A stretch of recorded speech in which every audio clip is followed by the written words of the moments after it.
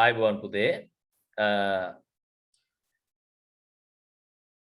O level ප්‍රතිඵල පැමිණිලා ඊළඟට ජීවිතයේ ප්‍රධාන කඩයිම වන උසස් පෙළ කඩයිම තුල ඔයා වාණිජ්‍ය විෂය ධාරාව තෝරාගෙන තියෙනවා. ඒ වාණිජ්‍ය විෂය ධාරාවේ තියෙන ප්‍රධාන විෂයක් වන ව්‍යාපාර අධ්‍යයනය කොටස අද අපි පටන් ගන්නවා අලුතෙන්ම පුතේ. පුතා ඉස්සෙල්ලාම මම පුතාට පළවෙනි පාඩමේ පළවෙනි සංකල්පය පැහැදිලි කරන්න කලින් මම පොඩ්ඩක් මේ අපේ ගමන් මාර්ගය පිළිබඳව පුංචි පැහැදිලි කිරීමක් කරනවා. ඒ කියන්නේ අපි මේ අවුරුදු 2යි මාස කිහිපයක කාලය තුල අපිට තියෙන විෂය පදය. දැන් අපි 12 වසරේ පුතේ අපිට තියෙනවා 12 වසරේදී 12 ශ්‍රේණියේදී වාට තියෙනවා පාඩම් 11ක්. 13 ශ්‍රේණියේදී තියෙනවා පුතේ විශේෂයෙන්ම 13 ශ්‍රේණියේදී අපි කතා කරන්නේ කළමනාකරණය පිළිබඳව පාඩම් 7ක්. එතකොට සමස්තයක් විදියට පුතාලට පාඩම් 18ක් මේ අවුරුදු 2යි මාස කිහිපය තුල ඉගෙන ගන්න තියෙනවා විශාල විෂය පතයක්. රයිට්? විශාල විෂය පතයක් පුංචි විෂය පතයක් නෙමේ. ඒ වගේම පුතේ මේ කාලය තුල පුදාට accounts ඒ වගේම econ ඒ වගේ තව ලොකු විෂයන් දෙකකුත් එක්ක තමයි මේක අපි කතා කරලා යන්නේ. එතකොට ව්‍යාපාර අධ්‍යයනයේ විෂය තුල පුතේ මූලිකව අපි සාකච්ඡා කළොත් අපිට තියෙන්නේ ඇවිල්ලා මේ පාඩම් කරන්න. ගානක් දෙකක් හදන්න තියෙනවා එක පාඩමක දෙකක. එතකොට බහුතරයේ තියෙන්නේ සෑම පාඩමකම පුතේ පාඩම් කරන්න. ඉතින් මේක මහා අමාරු විෂයක් නෙමෙයි. ඉස්සල්ලා මේක කියන්න ඕන මහා අමාරු විෂයක් නෙමෙයි. ඕන කෙනෙක්ට මුලින් ඉඳලා පැහැදිලිව පිළිවෙලට වැඩ කළොත් ලකුණු 100ක්. මම කියන්නේ ඒක ඉන්නේ 75න් 75 නෙමෙයි. අපිට 75ත් 100ත් අතර ලකුණු 25ක් තියෙනවා. ඒ 25ත් උඩරමේ අරන් ලකුණු 100ක් ගන්න හැමෝටම පුළුවන්. හැමෝටම පුළුවන් විෂයක්. සමහර වෙලාවෙදී ඔයාලට accounts වලදී සමහර අවස්ථාවන් වලදී ඔයා කොච්චර දක්ෂ දරුවෙක් වුණත් පොඩි අතපහුව වීමකින් මේකේ ලකුණක් දෙකක් පේපර් එකේදී නැති වෙලා යන්න පුළුවන්. ඒ වගේම පුතා ආර්ථික විද්‍යාවේදීත් එහෙම වෙන්න පුළුවන්. ඒක ව්‍යාපාර අධ්‍යයනයේදී එහෙම වීමේ ප්‍රවණතාවයක් තියෙනවා. නමුත් ඊටාම අඩුයි. ඒ නිසා අපිට පහසුවෙන් ලකුණු එකතු කරන්න පුළුවන් විෂයක් තමයි මේ ව්‍යාපාර අධ්‍යයනය කියන විෂය. හැබැයි මේකට මුල ඉඳන්ම පුතාලා තුල පිළිවෙලක් තියෙනවා. ඒතර මේ විෂයේ 12 ශ්‍රේණියේදී අපිට කතා කරන්න තියෙනවා පුතේ පාඩම් 11ක්. 13 ශ්‍රේණියේදී අපිට කතා කරන්න තියෙනවා පාඩම් 7ක්. සමස්තය පුතා අපිට තියෙනවා පාඩම් 18ක්. ඒතර අපි උසස් පෙළ විභාගයේදී අපිට මේ අවුරුදු 2යි මාස කිහිපය අපි ඉගෙනගෙන අපිට මොන වගේ පේපර් එකක් දෙන්නේ ඒක පිළිබඳවත් අපි දැනගන්න ඕන. අපිට පේපර්ස් දෙකක් තියෙනවා. එක කොටස සහ දෙක කොටස කියලා. එක කොටස සහ දෙක කොටස. උදේ මේ පළවෙනි කොටස සඳහා අපිට ලකුණු 100යි දෙවෙනි කොටස සඳහා ලකුණු 100යි එහෙමයි අපිට හම්බෙන්නේ. පළවෙනි කොටසට අපිට තියෙනවා පැය දෙකක කාලයක්. පැය දෙකක කාලයක් තියෙනවා. උදාලට තියෙනවා පැය දෙකක කාලයක්. දෙවෙනි කොටස සඳහා පැය 3යි විනාඩි 10ක කාලයක් තියෙනවා. ඒ කියන්නේ සමස්තය ඔයාට පැය 5යි විනාඩි 10ක් තියෙනවා. මේ පළවෙනි දවසේ උදාලා ෆස්ට් පේපර් එක තියෙන්නේ පළවෙනි දවස් දෙකක තියෙන පේපර් දෙක. මේ එක කොටසට ප්‍රශ්න 50ක් තියෙනවා. 1 ඉඳලා 30 දක්වා ඉරි ගහන්න. 31 ඉඳලා 40 දක්වා හිස්තැන් පුරවන්න. 40 ඉඳලා 50 දක්වා කෙටි නිශ්චිත පිළිතුරු ලියන්න. එක ප්‍රශ්නයකට පුතේ ලකුණු ඔයාලට දෙකක් හම්බ වෙනවා. එතකොට තමයි ඔයාලට ලකුණු කීයක් හම්බ වෙන්නේද? 100 හම්බ වෙන්නේ. 100 හම්බ වෙන්නේ. ඒ වගේම අපි දෙක කොටස ගැන කතා කළොත් දෙක කොටසේ අයන්න සහ ආයන්න කියලා කොටස් දෙකයි. අයන්න සහ ආයන්න කියලා කොටස් දෙකක් තියෙනවා. මේ අයන්න කියන කොටසේ ප්‍රධාන ප්‍රශ්න 4ක් තියෙනවා. 1 2 3 4. ආයන්න කියන කොටසේ ප්‍රධාන ප්‍රශ්න 4ක් තියෙනවා. 5 6 7 8. හරිද පුතේ? එතකොට මේ අයන්න කියන කොටසේ ප්‍රශ්න 4 හැදෙන්නේ ඔයා හරි 12 ශ්‍රේණියේදී ඉගෙන ගන්නා කරුණු වලින් ආයන්න කියන කොටසේ ප්‍රශ්න 4 හැදෙන්නේ ඔයා 13 ශ්‍රේණියේදී ඉගෙන ගන්නා කරුණු වලින්. උණු ප්‍රශ්න 8 හිමයි හැදෙන්නේ. ඔයාට මේ ප්‍රශ්න 8ටම උත්තර ලියන්න නැහැ. මේ හැම ප්‍රශ්නයකම පුතා අණු කොටස් පහක් තියෙනවා. හැම ප්‍රශ්නයකම අණු කොටස් පහක් තියෙනවා. එක අණු කොටසකට පුතා ලකුණු 4යි. 4 වැඩි කිරීම 5 එක ප්‍රශ්නයකට ලකුණු 20යි. ඒක මතක තියාගන්න ඕනේ. ලකුණු 20යි. එතකොට මේ ප්‍රශ්න 8ම කරන්න අවශ්‍ය නැහැ. ඔයා කරන්නේ ප්‍රශ්න 5යි. උදාට කරන්න තියෙන්නේ ප්‍රශ්න 5යි. ඒ 5 ඔයාට මෙහෙම තෝරගන්න බෑ. එහෙනම් 12 අවසරේදී කතා කරපු ටික පළවෙනි ප්‍රශ්න 4 තියෙන්නේ. එහෙනම් ඒකයි මේ 13 අවසරේ කතා කරන්නේ. එහෙම බෑ. අඩුම ගාන එක කොටසකින් දෙකක් තෝරගන්න. මේ ආ කොටසෙන් දෙකක් තෝරගත්තොත් ආ යන කොටසෙන් 3යි. ආ කොටසෙන් 3ක් තෝරගත්තොත් ආ යන කොටසෙන් 2යි. ප්‍රශ්න 5යි. එහෙනම් 20 වැඩි කිරීම ලකුණු 5 කීයද පුතේ වාට? දෙක කොටස සඳහා ලකුණු 100ක් හම්බ වෙනවා. එක කොටස සඳහා ලකුණු 100යි, දෙක කොටස සඳහා ලකුණු 100යි. මේ දෙක එකට එකතු කරලා හරි ඒක මොකක්ද කරන්නේ පුතේ?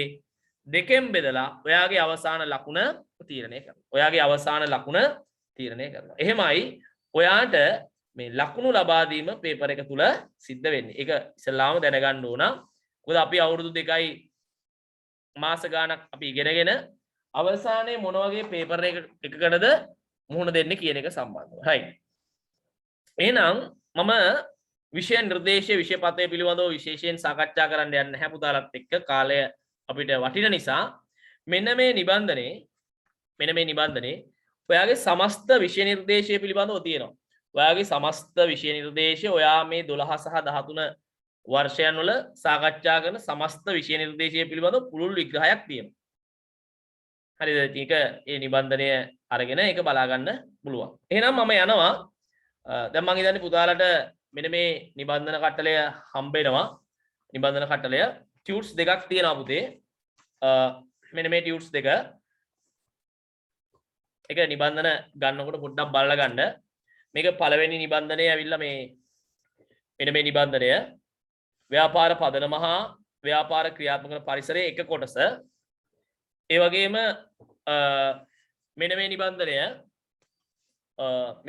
ඇවිල්ලා ව්‍යාපාර පදනම හා ව්‍යාපාර ක්‍රියාත්මක කරන පරිසරයේ දෙක කොටස.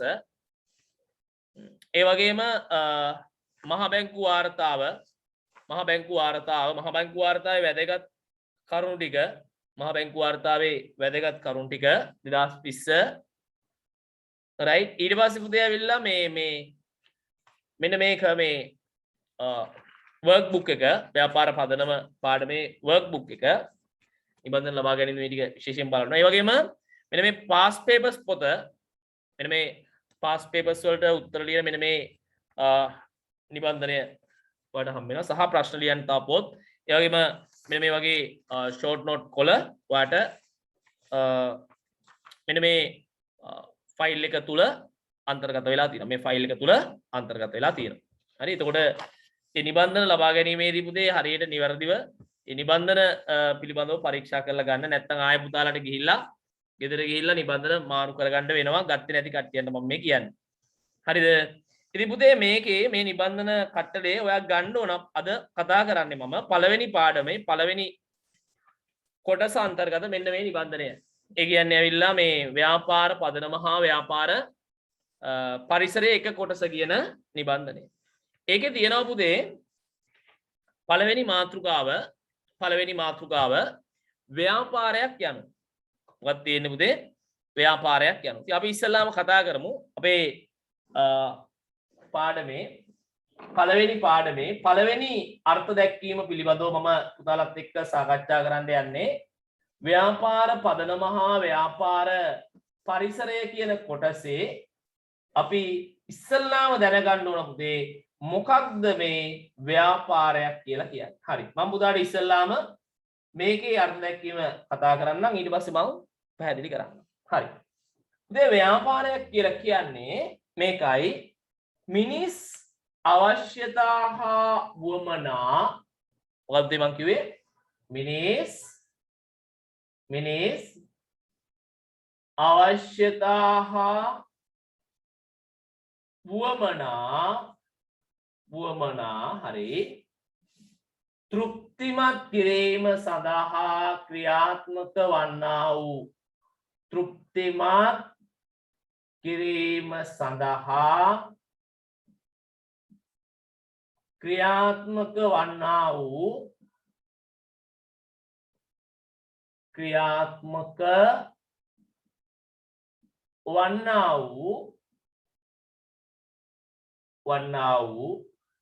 ඕනෑම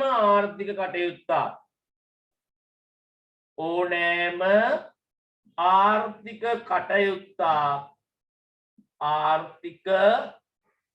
කටයුත්තා අපි කියනවා මොකක් කියලා පුතේ කියන්නේ ව්‍යාපාරයක් කියලා. මොකක්ද මේ ව්‍යාපාරයක් කියලා කියන්නේ මට හොඳ උදාහරණයක් නිකන් වචන ටික කියන්න මම පුතාලට පැහැදිලි කරලා දෙන්නම්. මිනිස් අවශ්‍යතා හා වුවමනා හරි තෘප්තිමත් කිරීම සඳහා ක්‍රියාත්මක වන්නා වූ ඕනෑම ආර්ථික කටයුත්තක් අපි කියනවා මොකක් කියලා පුතේ කියන්නේ ව්‍යාපාරයක් කියලා. මොකක් කියලා පුතේ කියන්නේ ව්‍යාපාරයක් කියලා. ඒ කියන්නේ දැන් අපි ගමු පුතේ මේ නුවරඑළියේ එළවලු වගා කරන ව්‍යාපාරිකයෙක්. හරි නුවරඑළියේ එළවලු වගා කරන ව්‍යාපාරිකයෙක් ගන්නකො. දැන් නුවරඑළියේ එළවලු වගා කරන ව්‍යාපාරිකයෙක් ගත්තාම මේ නුවරඑළියේ එළවලු වගා කරන ව්‍යාපාරිකයා කරන්නේ ව්‍යාපාරයක්. හරිද? නුවරඑළියේ එළවලු වගා කරන කෙනා කරන්නේ ව්‍යාපාරයක්.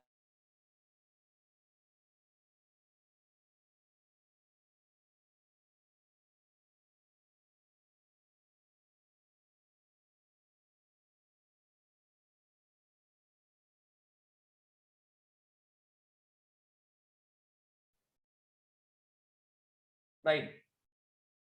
දැන් නුවරඑළියේ එළවලු වගා කරන කෙනා කරන්නේ මොකක්ද පුතේ ව්‍යාපාරයක්. හරිද? එතකොට එයාගේ ආර්ථික කටයුත්ත මොකක්ද? එළවලු වගා කරන එක. හරි? එයාගේ කටයුත්ත පුතේ මොකක් කරන එකද? එළවලු වගා කරන එක. හරිද? එයාගේ කටයුත්ත ඇවිල්ලා එළවලු වගා කරන එක. ඒක තමයි ආර්ථික කටයුත්ත. අපි දන්නවා මෙහි ඉඳන් කට්ටිය යනවා මොනවද ලොරි අරගෙන යනවා ඔය එළවලු අරන් එන්න. මේ ඉඳන් කට්ටිය යනවා ඔය එළවලු ටික මොනවා කරන්නද අරන් එන්න. ඒතකොට එයාලා කරන්නේ මොකද්ද? එයාලා කරන්නේ ව්‍යාපාරයක්. එයාලගේ ව්‍යාපාරයේ ආර්ථික කටයුත්ත මොකක්ද පුතේ? බෙදා හැරීම. එයාලා මිනිස්සුන්ගේ අවශ්‍යතා හා වුවමනා උත්පත් කරන කටයුතු කරන්නේ. ඒතකොට එයාගේ ආර්ථික කටයුත්ත මොකක්ද පුතේ? බෙදා හැරීම. ඊට පස්සේ එයා මොක මග තියාගෙන ලොරිය විකුණන්නේ නැහනේ. එයා ඇවිල්ලා මොකද්ද කරන්නේ? මේ තියෙන මේ කඩවල වලට දානවා. ඒ කඩවල කට්ටිය මොකද්ද කරන්නේ? එයාලත් ව්‍යාපාරය. ඒතකොට එයාලගේ ආර්ථික කටයුත්ත මොකද්ද පුතේ ඇවිල්ලා? අලෙවි කිරීම. එහෙනම් පැහැදිලි පුතාලට බොහොම පැහැදිලි. මොකද්ද ව්‍යාපාරයක් කියලා කියන්නේ? මිනිස් අවශ්‍යතා වුවමනා තෘප්තිමත් කිරීම සඳහා ක්‍රියාත්මක වන්නා වූ ඕනෑම ආර්ථික කටයුත්තක් අපි කියනවා මොකක් කියලාද කියන්නේ ව්‍යාපාරයක් කියලා. පැහැදිලි නේද කියපු දේ? රයිට්. අපි ලස්සනට ලියාගමු එනම් පළවෙනි අර්ථ දැක්වීම. හරිද? ලියන්න පුතේ ලස්සනට එනම් මිනිස් පළවෙනි අර්ථ දැක්වීම පාඩම් කරලා ලියා ගන්න ඕන අවබෝධයෙන්. මිනිස් අවශ්‍යතා හා වුවමනා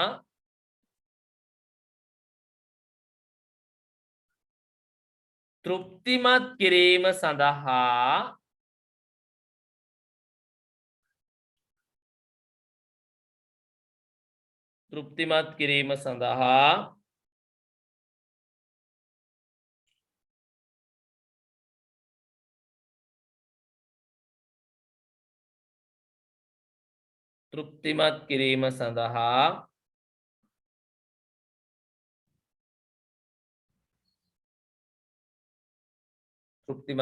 සඳහා ක්‍රියාත්මක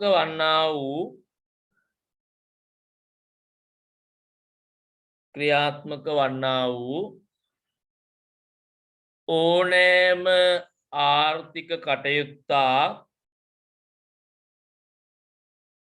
ඕනෑම ආර්ථික කටයුත්තක්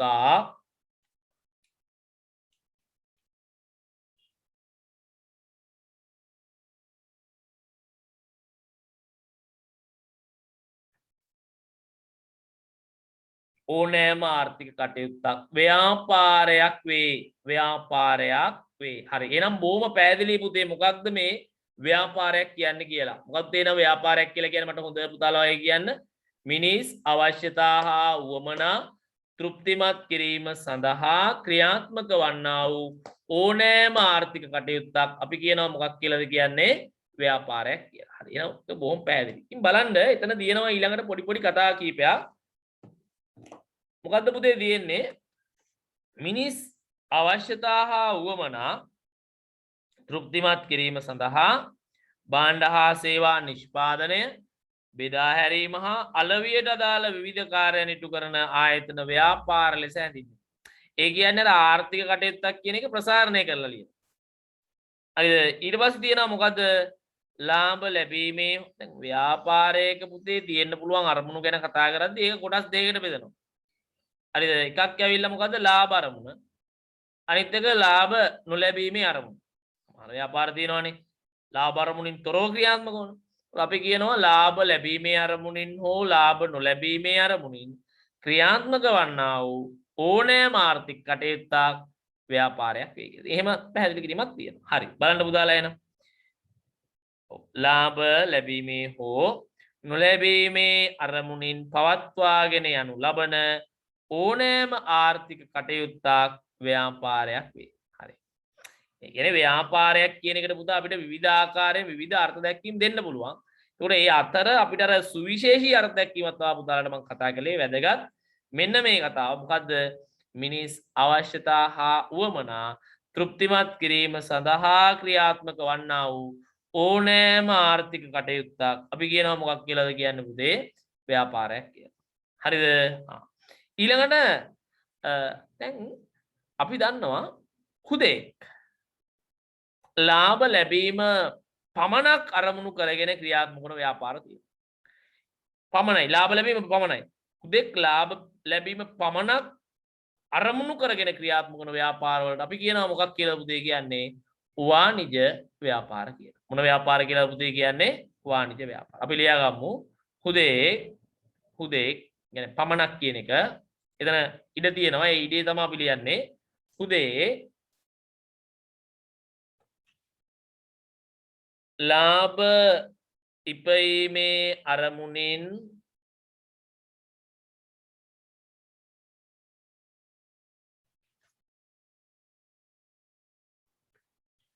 පමණක් ක්‍රියාත්මක වන ව්‍යාපාර අරමුණින් පමණක් ක්‍රියාත්මක වන ව්‍යාපාර වාණිජ ව්‍යාපාර ලෙස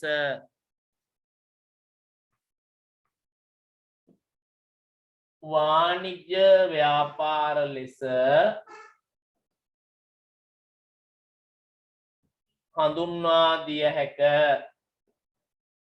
වාණිජ ව්‍යාපාර ලෙස හඳුන්වා දිය හැක. ලාභ ඉපීම පමණක් අරමුණු කරගෙන ක්‍රියාත්මක වන ව්‍යාපාර අපි කියනවා මොකක් කියලාද කියන්නේ පුතේ? වාණිජ ව්‍යාපාර කියලා. හරි. වාණිජ ව්‍යාපාර දැන් මට පුතාලට මෙතනදී දෙයක් කියා දෙන්න ඕන. විභාගෙදී අහන ප්‍රශ්නයක්. මොකක්ද අහන ප්‍රශ්නය? දැන් ලාභ අරමුණින් තොරව ක්‍රියාත්මක වන ව්‍යාපාර තියෙනවනේ. හරි ලාභ අරමුණින් තොරව ක්‍රියාත්මක වන ව්‍යාපාර තියෙනවා. ලාභ අරමුණින් තොරව. එතකොට මේ ලාභ අරමුණින් තොරව ක්‍රියාත්මක වන ව්‍යාපාර එහෙම පවත්වාගෙන යන්නේ කොහොමද කියලා. දැන් උදාහරණයක් විදිහට ගත්තොත් රජයේ පාසල, රජයේ රෝහල, ක්‍රීඩා සංගම්, සතුකුරුස සංවිධානය, සිංහ සමාජය මේවා ලාභ අරමුණින් තොරව ක්‍රියාත්මක වන ව්‍යාපාරනේ. මෙලයි අරමුණක් නැහැ ලාභ ලැබීම. ඒතර මේ ලාභ ලැබීමේ අරමුණින් තොරව මේ ක්‍රියාත්මක වන ව්‍යාපාර කොහොමද එහෙම කරන්නේ? දැන් රජයේ පාසල් ගත්තාම මේ රජයේ පාසල් වල ඉන්න ගුරුවරුන්ට පඩි ගෙවන්න ඕනේ නැද්ද? ගෙවන්න ඕන. මේක රජයේ පාසලක් කියලා කරන්ට් බිලක් එන්නේ නැද්ද? එනවා. ගෙවන්න ඕන. ජල බිලක් එන්නේ නැද්ද? එනවා. ඒකට ගෙවන්න ඕන. කරනා පුතාලට කියපු දේ නම් මේවා කොහොමද කරයි යන්නේ? යාළුවට කොහෙන්ද මේ සල්ලි? දැන් අපි යන රතුකුරු සංවිධානය ගත්තාම විශාල වාහන ප්‍රමාණයක්, විශාල සේවක ප්‍රමාණයක් ඉන්නවා. ඒත් මෙයාලට අපි ගෙවීම් කරන්නේ නැද්ද? කරනවා. වාහන වල තෙල් ඕනේ නැද්ද මේක රතුකුරු සංවිධානයේ ලාභ අරමුණින් තොරව ක්‍රියාත්මක නිකයි යනවාද? නැහැ. එහෙනම් මේවා කරගෙන යන්න අනිවාර්යෙන් මුදල් ඕන. ඉතින් කොහෙන්ද ඒ අර මුදල්? එකපාරක් පේපර් එක ගැහුවා. ලාභ අරමුණින් තොරව ක්‍රියාත්මක වන ව්‍යාපාර සඳහා උදාහරණ දක්වා ඒවා එසේ පවත්වාගෙන යන්නේ කෙසේද? ඒවා කොහොමද පවත්වාගෙන යන්නේ? එතකොට ඒවා පවත්වාගෙන යන්නේ එකක් අපි දන්නවා දැන් රජයේ පාසල් රජයේ රෝහල් වගේ නම් පුතේ ඇත්තටම වාර්ෂික අයවැයෙන් හැම අවුරුද්දකටම සැරයක් ඒ අවශ්‍ය අරමුදල් ටික වෙන් කරනවා. ඒක අපි දන්න දෙයක්. ඒ වගේම දැන් ඔය රතුකුරු සංවිධානය වගේ ගත්තාම යාළුවට විදේශ ආධාර හම්බ වෙනවා. විදේශයන්ගෙන් තමයි ප්‍රධාන වශයෙන් ලැබෙන්නේ. ඒ කටයුතු කරයි යන්නේ. ඔය වැඩිහිටි නිවාස ළමා නිවාස වගේ ලාභ අරමුණින් තොරව ක්‍රියාත්මක ව්‍යාපාරිකයින්ට ගොඩාක් මේ සමාජයේ ව්‍යාපාරිකයින් ඒ අවශ්‍ය අරමුදල් ටික මොනවා කරනවා පුතේ ලබා දීම සිද්ධ කරනවා. ක්‍රීඩා සංගම් වගේ ගත්තාම එයාලා එක එක ව්‍යාපෘතීන් ක්‍රියාත්මක කරනවා. සංගීත සංදර්ශන සංවිධානය කරනවා. සංගීත සංදර්ශන ඒ වගේම වෙලා ඔය මේ කාවෝස් වාහන හොද එක එක ව්‍යාපෘතීන් කරලා එයාලා සල්ලි එයාලට අවශ්‍ය සම්පාදනය කරගන්න. හරි. දැන් සිංහ සමාජය වගේ ගත්තාම ලොකු සමාජික මුදලක් අය කරනවා. එයාලා කටයුතු කරයි යන්නේ. හරි. එහෙනම් පැහැදිලි නේද? එහෙනම් අන්න විභාගයේදී ආයි ප්‍රශ්නයක්. ඒ ප්‍රශ්නෙට ඔයා මොකක් වෙන්නවද උදේ? සූදානම් වෙන්න ඕන. රයිට්. එහෙනම් අපි ලියමු පොඩ්ඩක් පැහැදිලි කිරීමක්. ඡේදයක් වශයෙන් ලියා ගන්න ඕන. කොහෙන්ද සල්ලි හම්බෙන්නේ කියන එකත් ඔයා ක්‍රමද්දා ලියා ගන්න ඕන පුතේ. හරි. එහෙනම් ලියමු අපි ලස්සන කතාව.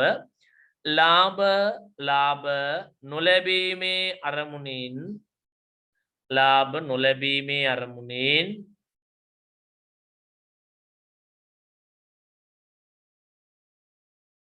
ක්‍රියාත්මක ව්‍යාපාරද පවතී. ලාභ නොලැබීමේ අරමුණින් ක්‍රියාත්මක ව්‍යාපාරද පවතී. උදාහරණ රජයේ පාසල් රජයේ රෝහල්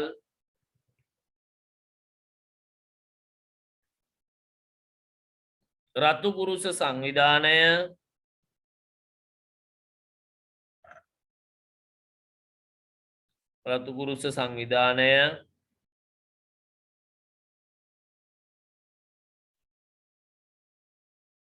right. හරි රතු පුරුෂ සංවිධානය උදාහරණ ඊළඟ ඡේදයෙන් ලියන්න ඒවා එසේ පවත්වාගෙන යනු ලබන්නේ කොහෙන්ද ඒවා පවත්වාගෙන යන්නේ කියන එකයි දැන් ලියන්නේ.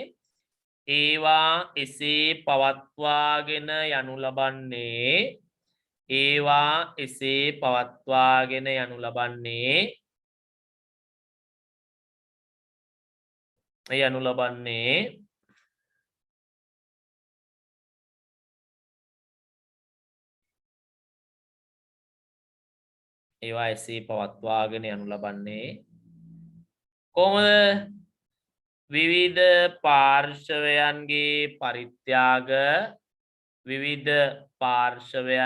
පරිත්‍යාග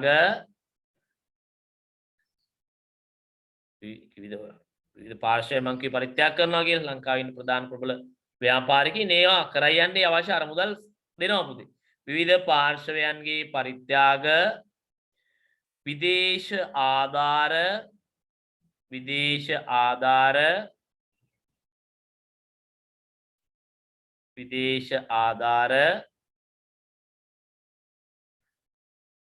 රජයේ වෙන්කිරීම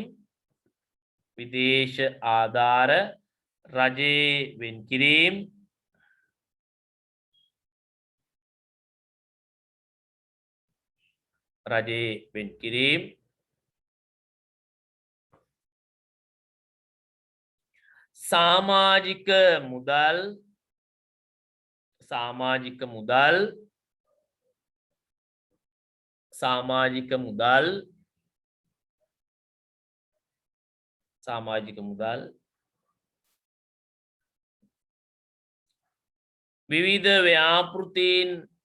විවිධ ව්‍යාපෘතීන් තුලින් රැස් කර ගන්නා වූ විවිධ ව්‍යාපෘතීන් තුලින් රැස් කර ගන්නා වූ අරමුදල් තුලිනි අරමුදල් තුලිනි අරමුදල් තුලිනි අරමුදල් තුලිනි හරි එහෙනම් හොඳ පුතාලා වගේ එක පාරක් ඒක බලා ගන්න හොඳ පුතාලා වගේ ටක් ගාලා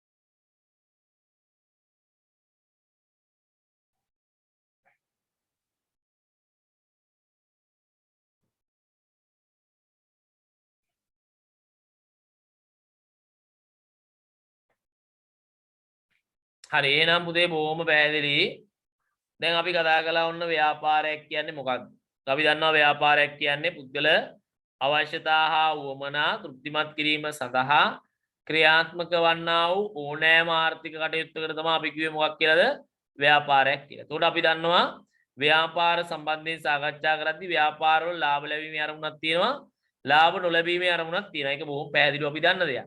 ඒතකොට ලාභ ලැබීමේ අරමුණින් ක්‍රියාත්මක වන ව්‍යාපාර වල අපි කියනවා වාණිජ ව්‍යාපාර කියලා.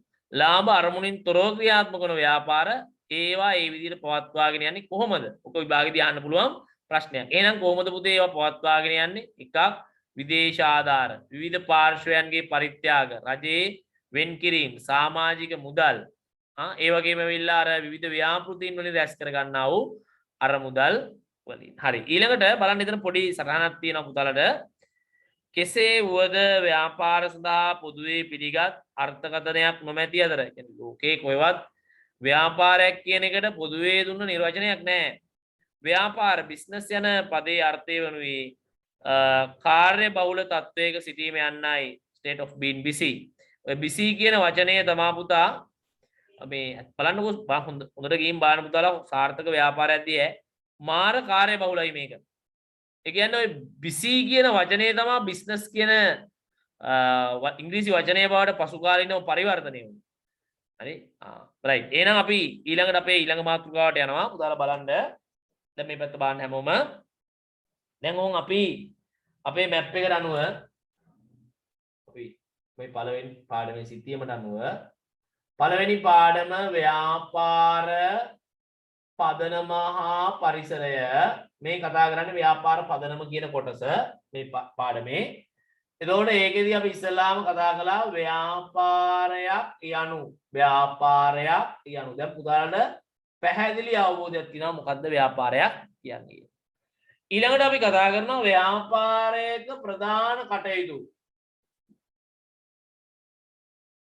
ව්‍යාපාරයක පුතේ ප්‍රධාන කටයුතු දෙකක් තියෙනවා. හොඳට අහන් ඉන්න ඕන. ව්‍යාපාරයක ප්‍රධාන කටයුතු දෙකක් තියෙනවා. මොනවද මේ ප්‍රධාන කටයුතු දෙක?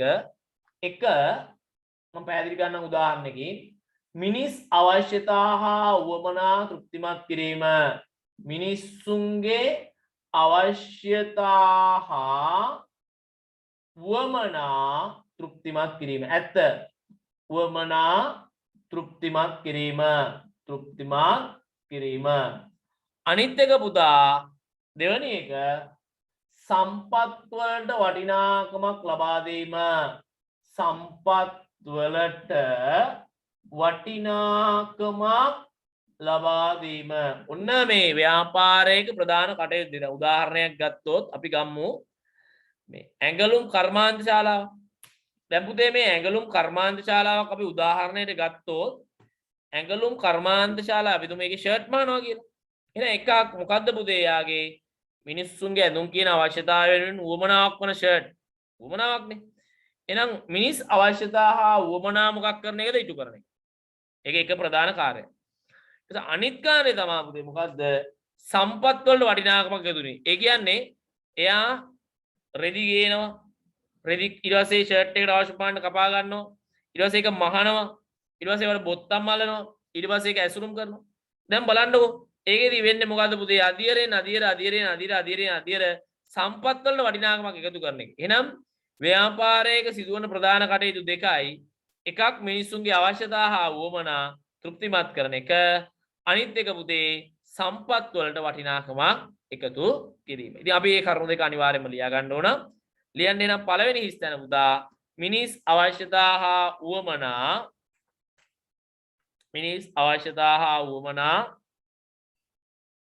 සපුරාලීම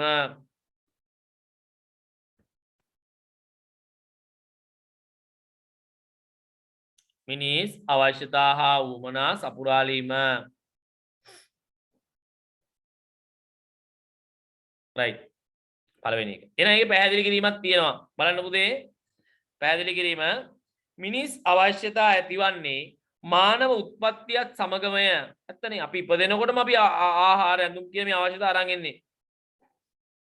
එම අවශ්‍යතා වෙනුවෙන් අවශ්‍ය වන්නා වූ භාණ්ඩ හා සේවා නිර්මාණයේවත් වුවමනා සපුරාලීම සිදු කරනුයේ ව්‍යාපාර මගිනි. අනිවාර්යෙන්ම මිනිසාගේ පැවැත්මට අනිවාර්යෙන්ම අවශ්‍ය වන අවශ්‍යතා විවිධ අයුරින් සපයා දීම ව්‍යාපාර විසින් සිදු කරන ප්‍රධාන කටයුත්තකි.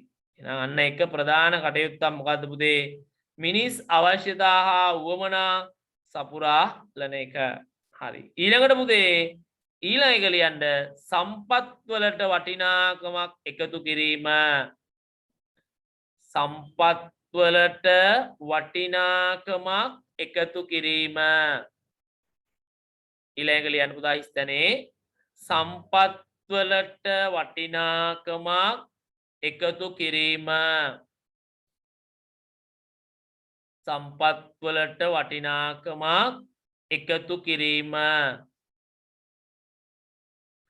සම්පත් වලට වටිනාකමක් එකතු කිරීම. right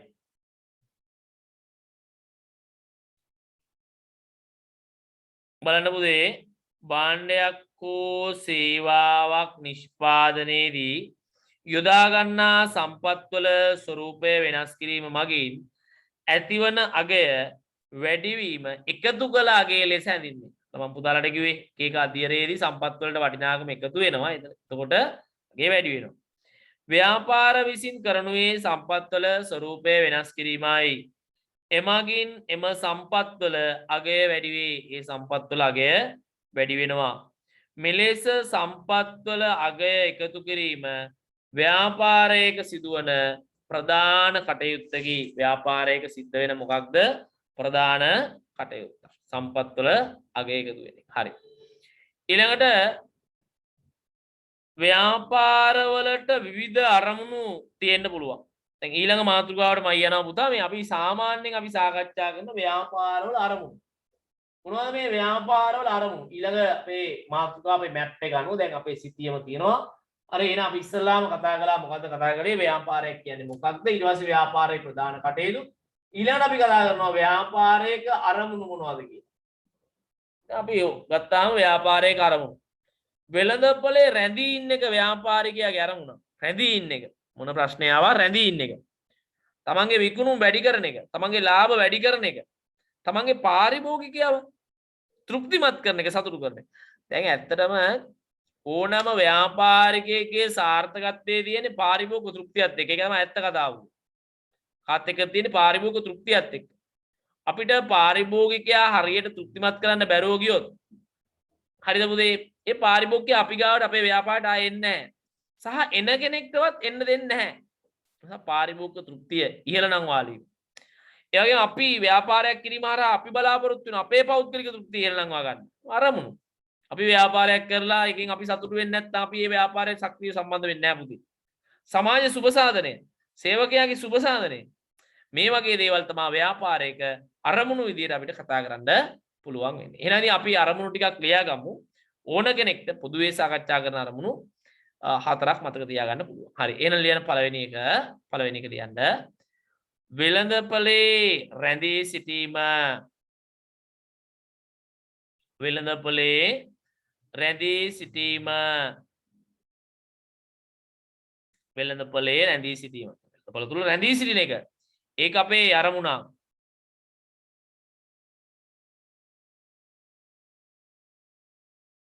වෙළඳපොලේ රැඳී සිටීම. right. ඊළඟ විකුණුම් උපරිම කිරීම. විකුණුම් උපරිම කිරීම. විකුණුම් උපරිම කිරීම. ඒ වගේම ලාභය උපරිම කිරීම. ලාභය උපරිම කිරීම.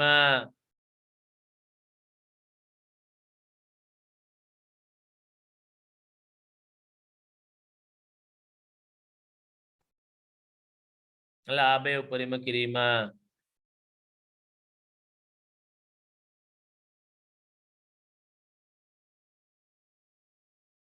right.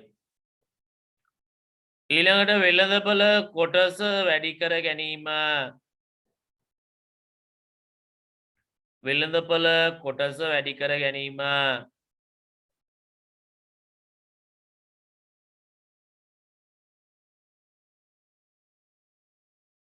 වෙළඳපොළ කොටස වැඩි කර ගැනීම. දැන් හොඳ පුතාලා වගේ වැඩ ටික නවත්තලා ඔළුව උස්සලා මට මේ කතා ටික කියන්නකෝ. මොකද කිව්වේ? වෙළඳපොලේ රැඳී සිටින එක, විකුණුම් වැඩි කරගන්න එක, ඒ හරහා ලාභ වැඩි කරගන්න එක. හරි. ඒ වගේම වෙළඳපොළ කොටස වැඩි කරගන්න එක. අර මම ඔයාලට කිව්වේ පාරිභෝගික තෘප්තිය ඉහළ මට්ටමක පවත්වා ගැනීම. නැත්නම් පාරිභෝගික තෘප්තිය ඉහළ නැංවීම. ලියන්න. පාරිභෝගික තෘප්තිය ඉහළ නැංවීම.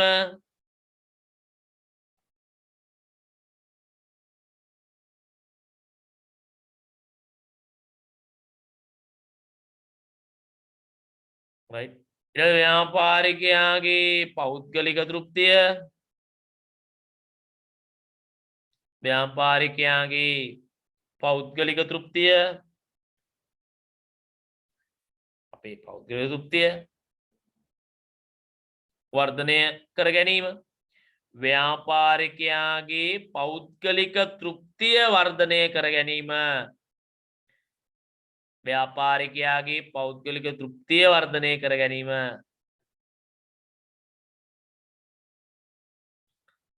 සේවක සුබ සාධනය. සේවක සුබ සාධනය. හරි. සමාජ සුබ සාධනය. සේවක සුබ සාධනය. සමාජ සුබ සාධනය. සේවක සුබ සාධනය. සමාජ සුබ සාධනය. right. ඇති නේද? ඊට ඒ අපි කතා කළේ මොකද්ද? මේ ව්‍යාපාරවල තියෙන්න පුළුවන් මොනවද මේ විවිධ අරමුණු කියන එක. හරි. ඊළඟට මම එනවා ඊළඟ මාතෘකාවට පුතේ. මොකද්ද මම එන මාතෘකාව කතා කරන මාතෘකාව? දැන් හරි. දැන් උන් අපි කතා කළා. මොකද්ද කතා කළේ? ව්‍යාපාරයක් යනු. දැන් පුතාලට බොහොම පැහැදිලි මොකද්ද ව්‍යාපාරයක් කියන්නේ කියලා. ඊළඟට කතා කළා ව්‍යාපාරයක ප්‍රධාන කටයුතු දෙකයි. මොනවද ඒ කියලා. ඊට පස්සේ අපි කතා කළා ව්‍යාපාරයක අරමුණු. ඊළඟට මම කතා කරනවා ව්‍යාපාර හර සංකල්ප. හර සංකල්ප කියලා කියන්නේ දැන් අපි ව්‍යාපාරයක් ගැන කතා කරද්දී අපි කතා කරනවා අවශ්‍යතාව ගැන, උවමනා ගැන, ඉල්ලුම ගැන, නිෂ්පාදිත ගැන, වෙළඳපොළ ගැන, හුවමාරුව, ගනුදෙනු, වටිනාකම මේ වගේ ගොඩාක් සංකල්ප කතා කරනවා. මේ ව්‍යාපාරයක අර්ථය හා බැඳිච්ච සංකල්ප අපි කියනවා මොකක් කියලාද කියන්නේ? ව්‍යාපාර හර සංකල්ප කියලා. මැප් එකේ ඊළඟ මාතෘකාව හර සංකල්ප. හර සංකල්ප. පුතේ එහෙනම් හර සංකල්ප මම කතා කරනවා කිහිපයක්. ඒ හැම එකක්ම අපේ විෂය තුල අපිට පාඩම් කරන්න අවශ්‍ය දේවල් පාඩම් කරගෙන අපි පිළිවෙලට කතා කරයියන්. ඉස්සල්ලාම මම කතා කරනවා මොනවා ගැනද? අවශ්‍යතා ගැන. මොනවා ගැනද පුතේ කතා කරන්න යන්නේ? අවශ්‍යතා පිළිබඳව කතා කරමු. අපි ඉස්සල්ලාම කතා කරමු අවශ්‍යතා කියන්නේ මොකද්ද? පුතේ අවශ්‍යතා කියලා කියන්නේ මේකයි. මිනිසා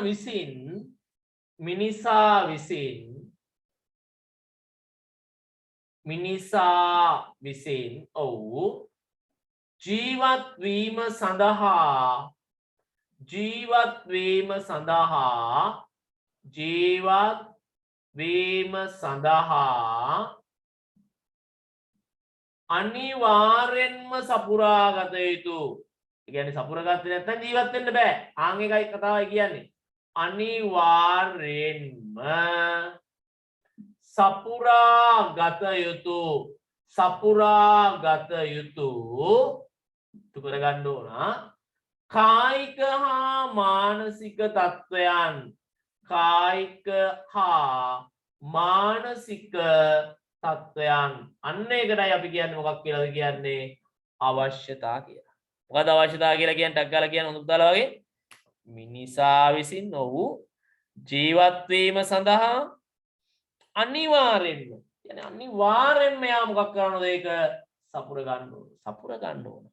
කායික හා මානසික තත්ත්වයන් මොකක් කියලා පුතේ කියන්නේ අවශ්‍යතා කියලා කියනවා. හරි එහෙනම් ලියන්න පුතේ ලස්සනට ලියන්න කතාව. මිනිසා විසින්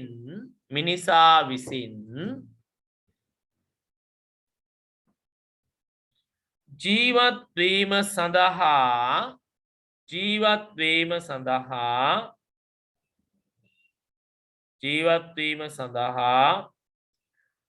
අනිවාර්යෙන්ම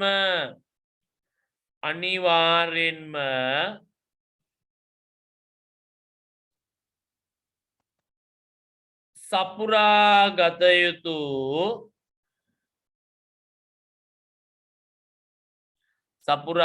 යුතු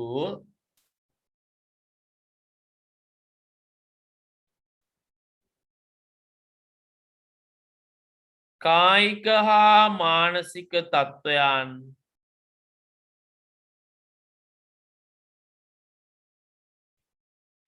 හා මානසික තත්ත්වයන් අවශ්‍යතා ලෙස හැඳින්වේ. කායික හා මානසික තත්ත්වයන් අවශ්‍යතා ලෙස හැඳින්වේ. හරි එන එකපාරක් බලා ගන්නකෝ.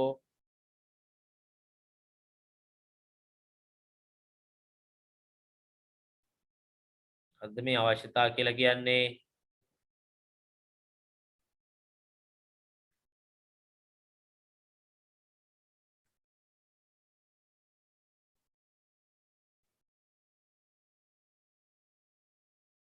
හරි නේද? එහෙනම් කියන්න බාන පුතේ මොකද්ද මේ අවශ්‍යතා කියලා කිව්වේ ටක් ගාලා කියන හොඳ පුතාලා වගේ මිනිසා විසින් ජීවත් වීම සඳහා ඔව් අනිවාර්යෙන්ම සපුරා ගත යුතු. අනිවාර්යෙන්ම සපුර ගන්න ඕන කායික හා මානසික තත්ත්වයන් අපි කියනවා මොකක් කියලා පුතේ කියන්නේ අවශ්‍යතා කියලා කියනවා. මොනවා කියලා පුතේ කියන්නේ අවශ්‍යතා කියලා. හරි. දැන් මට මේ විශේෂ නමක් කියන්න ඕන පුතාලන්ට මේ ෆිලිප් කොට්ලර් කියලා පුද්ගලයෙක්. අපි කියන යට අලෙවිකරණයේ පියා කියලා. දැන් පුතාලට ගිණුම්කරණයේ පන්තිය පටන් ගත්තාම කිව්වා ගිණුම්කරණයේ පියා කවුද කියලා. එහෙම කිව්වනේ ගිණුම්කරණයේ පියා කවුද? ලූකා පැෂියෝලි. ඊයේ ක්ලාස් එකේදී කියන්නේ. ඊට පස්සේ ඇවිල්ලා ආර්ථික විද්‍යාවේ පියා ඒකත් කියන්න ඇති ආර්ථික විද්‍යාව පන්තියේදී ඇඩම් ස්මිත් කියලා. ඔයාට ප්‍රශ්නයකුත් ඇති ව්‍යාපාර අධ්‍යයනයේ පියා කවුද? එහෙනම් ව්‍යාපාර අධ්‍යයනය කියලා කියන්නේ විෂයන් ගොඩක එකතුවෙන් හැදිච්ච අධ්‍යයනයක්. ඒ නිසා මේකට අපි නිශ්චිතව පියෙක් ගැන කතා කරන්නේ නැහැ. ඒක ඉස්සෙල්ලාම මතක තියාගන්න ඕනේ. මේක එක එක විෂයන් තියෙනවනේ. ඒතර අලෙවිකරණය කියලා කියන්නේ වෙළඳපොළ පිළිබඳ ආර්ථික විද්‍යාව. ඒතර අලෙවිකරණයේ පියා විදිහට අපි හඳුන්වන්නේ ෆිලිප් කොට්ලර්. මොකද මේ ෆිලිප් කොට්ලර් අලෙවිකරණය පිළිබඳ අපිට කතා කරන්න තියෙනවා පුතේ ලොකු පාඩමක් අපි ඒක එතනදී කතා කරමු. මේ 13 වසරේදී අලෙවි කළමනාකරණය. ඒතර ඒක මතක තියාගන්න දැන්ම මතක තියාගන්න අපි කවුද අලෙවිකරණයේ පියා ෆිලිප් කොට්ලර්. එතකොට මේ ෆිලිප් කොට්ලර් අලෙවිකරණයේ අර්ථ දක්වනවා මෙන්න මෙහෙම. හරි අලෙවිකරණය යම් මූලික තෘප්තියක් නොලැබීමෙන් දැනෙන අඩුපාඩුවක් පිළිබඳ තත්ත්වයක්. යම් මූලික තෘප්තියක් නොලැබීමෙන් දැනෙන අඩුපාඩුවක් පිළිබඳ තත්ත්වයක්. යම් මූලික තෘප්තියක්. දැන් යම් මූලික තෘප්තියක් කියලා කියන්නේ අහන්නකෝ ඔයා උදේට කාලා නැහැ. දවල්ට කාලත් නැහැ. හරියට. එහෙනම් ඔයා තුල මොකක්ද දෙන්නේ? මාර බඩගින්නක් එනවා. එහෙනම් අන්න අවශ්‍යතාවය ආවා. ඔයා හොඳට උදේටත් කාලා දවල්ටත් කාලා එහෙම ඉන්නවනම් ඔයාට ආය ආහාර කියන අවශ්‍යතාවය එනවද? එන්නේ නැහැ. එහෙනම් මොකද්ද පුතේ යන්නේ යම් මූලික තෘප්තියක් නොලැබීමෙන් දැනෙන අඩුපාඩුවක් පිළිබඳ තත්ත්වයක් එයා කියනවා මොකක් කියලාද පුතේ කියන්නේ අවශ්‍යතා කියලා. ඒක ඉරක් ගහන්න මූලික තෘප්තියක් නොලැබීමෙන් දැනෙන අඩුපාඩුවක් පිළිබඳ තත්ත්වයක් මූලික තෘප්තියක් නොලැබීමෙන් දැනෙන අඩුපාඩුවක් පිළිබඳ තත්ත්වයක්. හරි. පුතේ මේ පිල්ප් කොටල කියන්නේ අලෙවිකරණයේ පියා. ඔන්න ඉස්සරහින් ඔය නම හයිලයිට් කරලා අලෙවිකරණයේ පියා කියලා දාගන්නකො.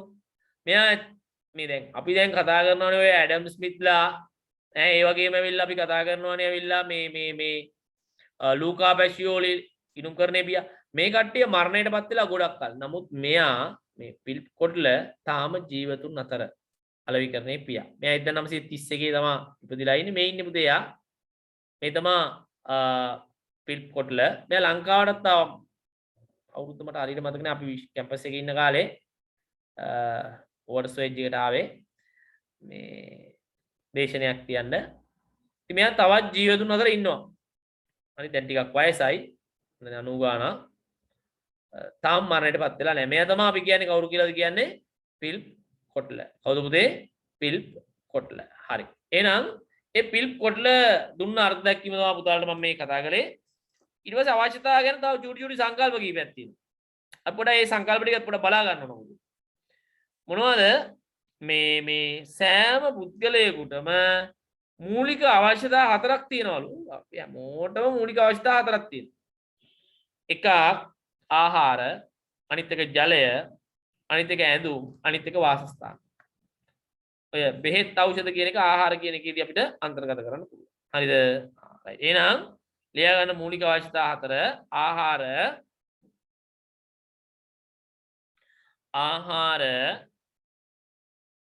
එක ආහාර, දෙක ජලය, තුන ඇඳුම්,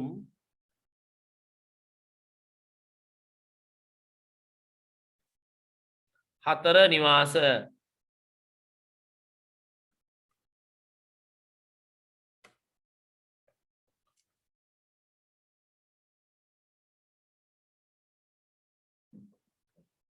ආහාර, ජලය, ඇඳුම්, නිවාස. right.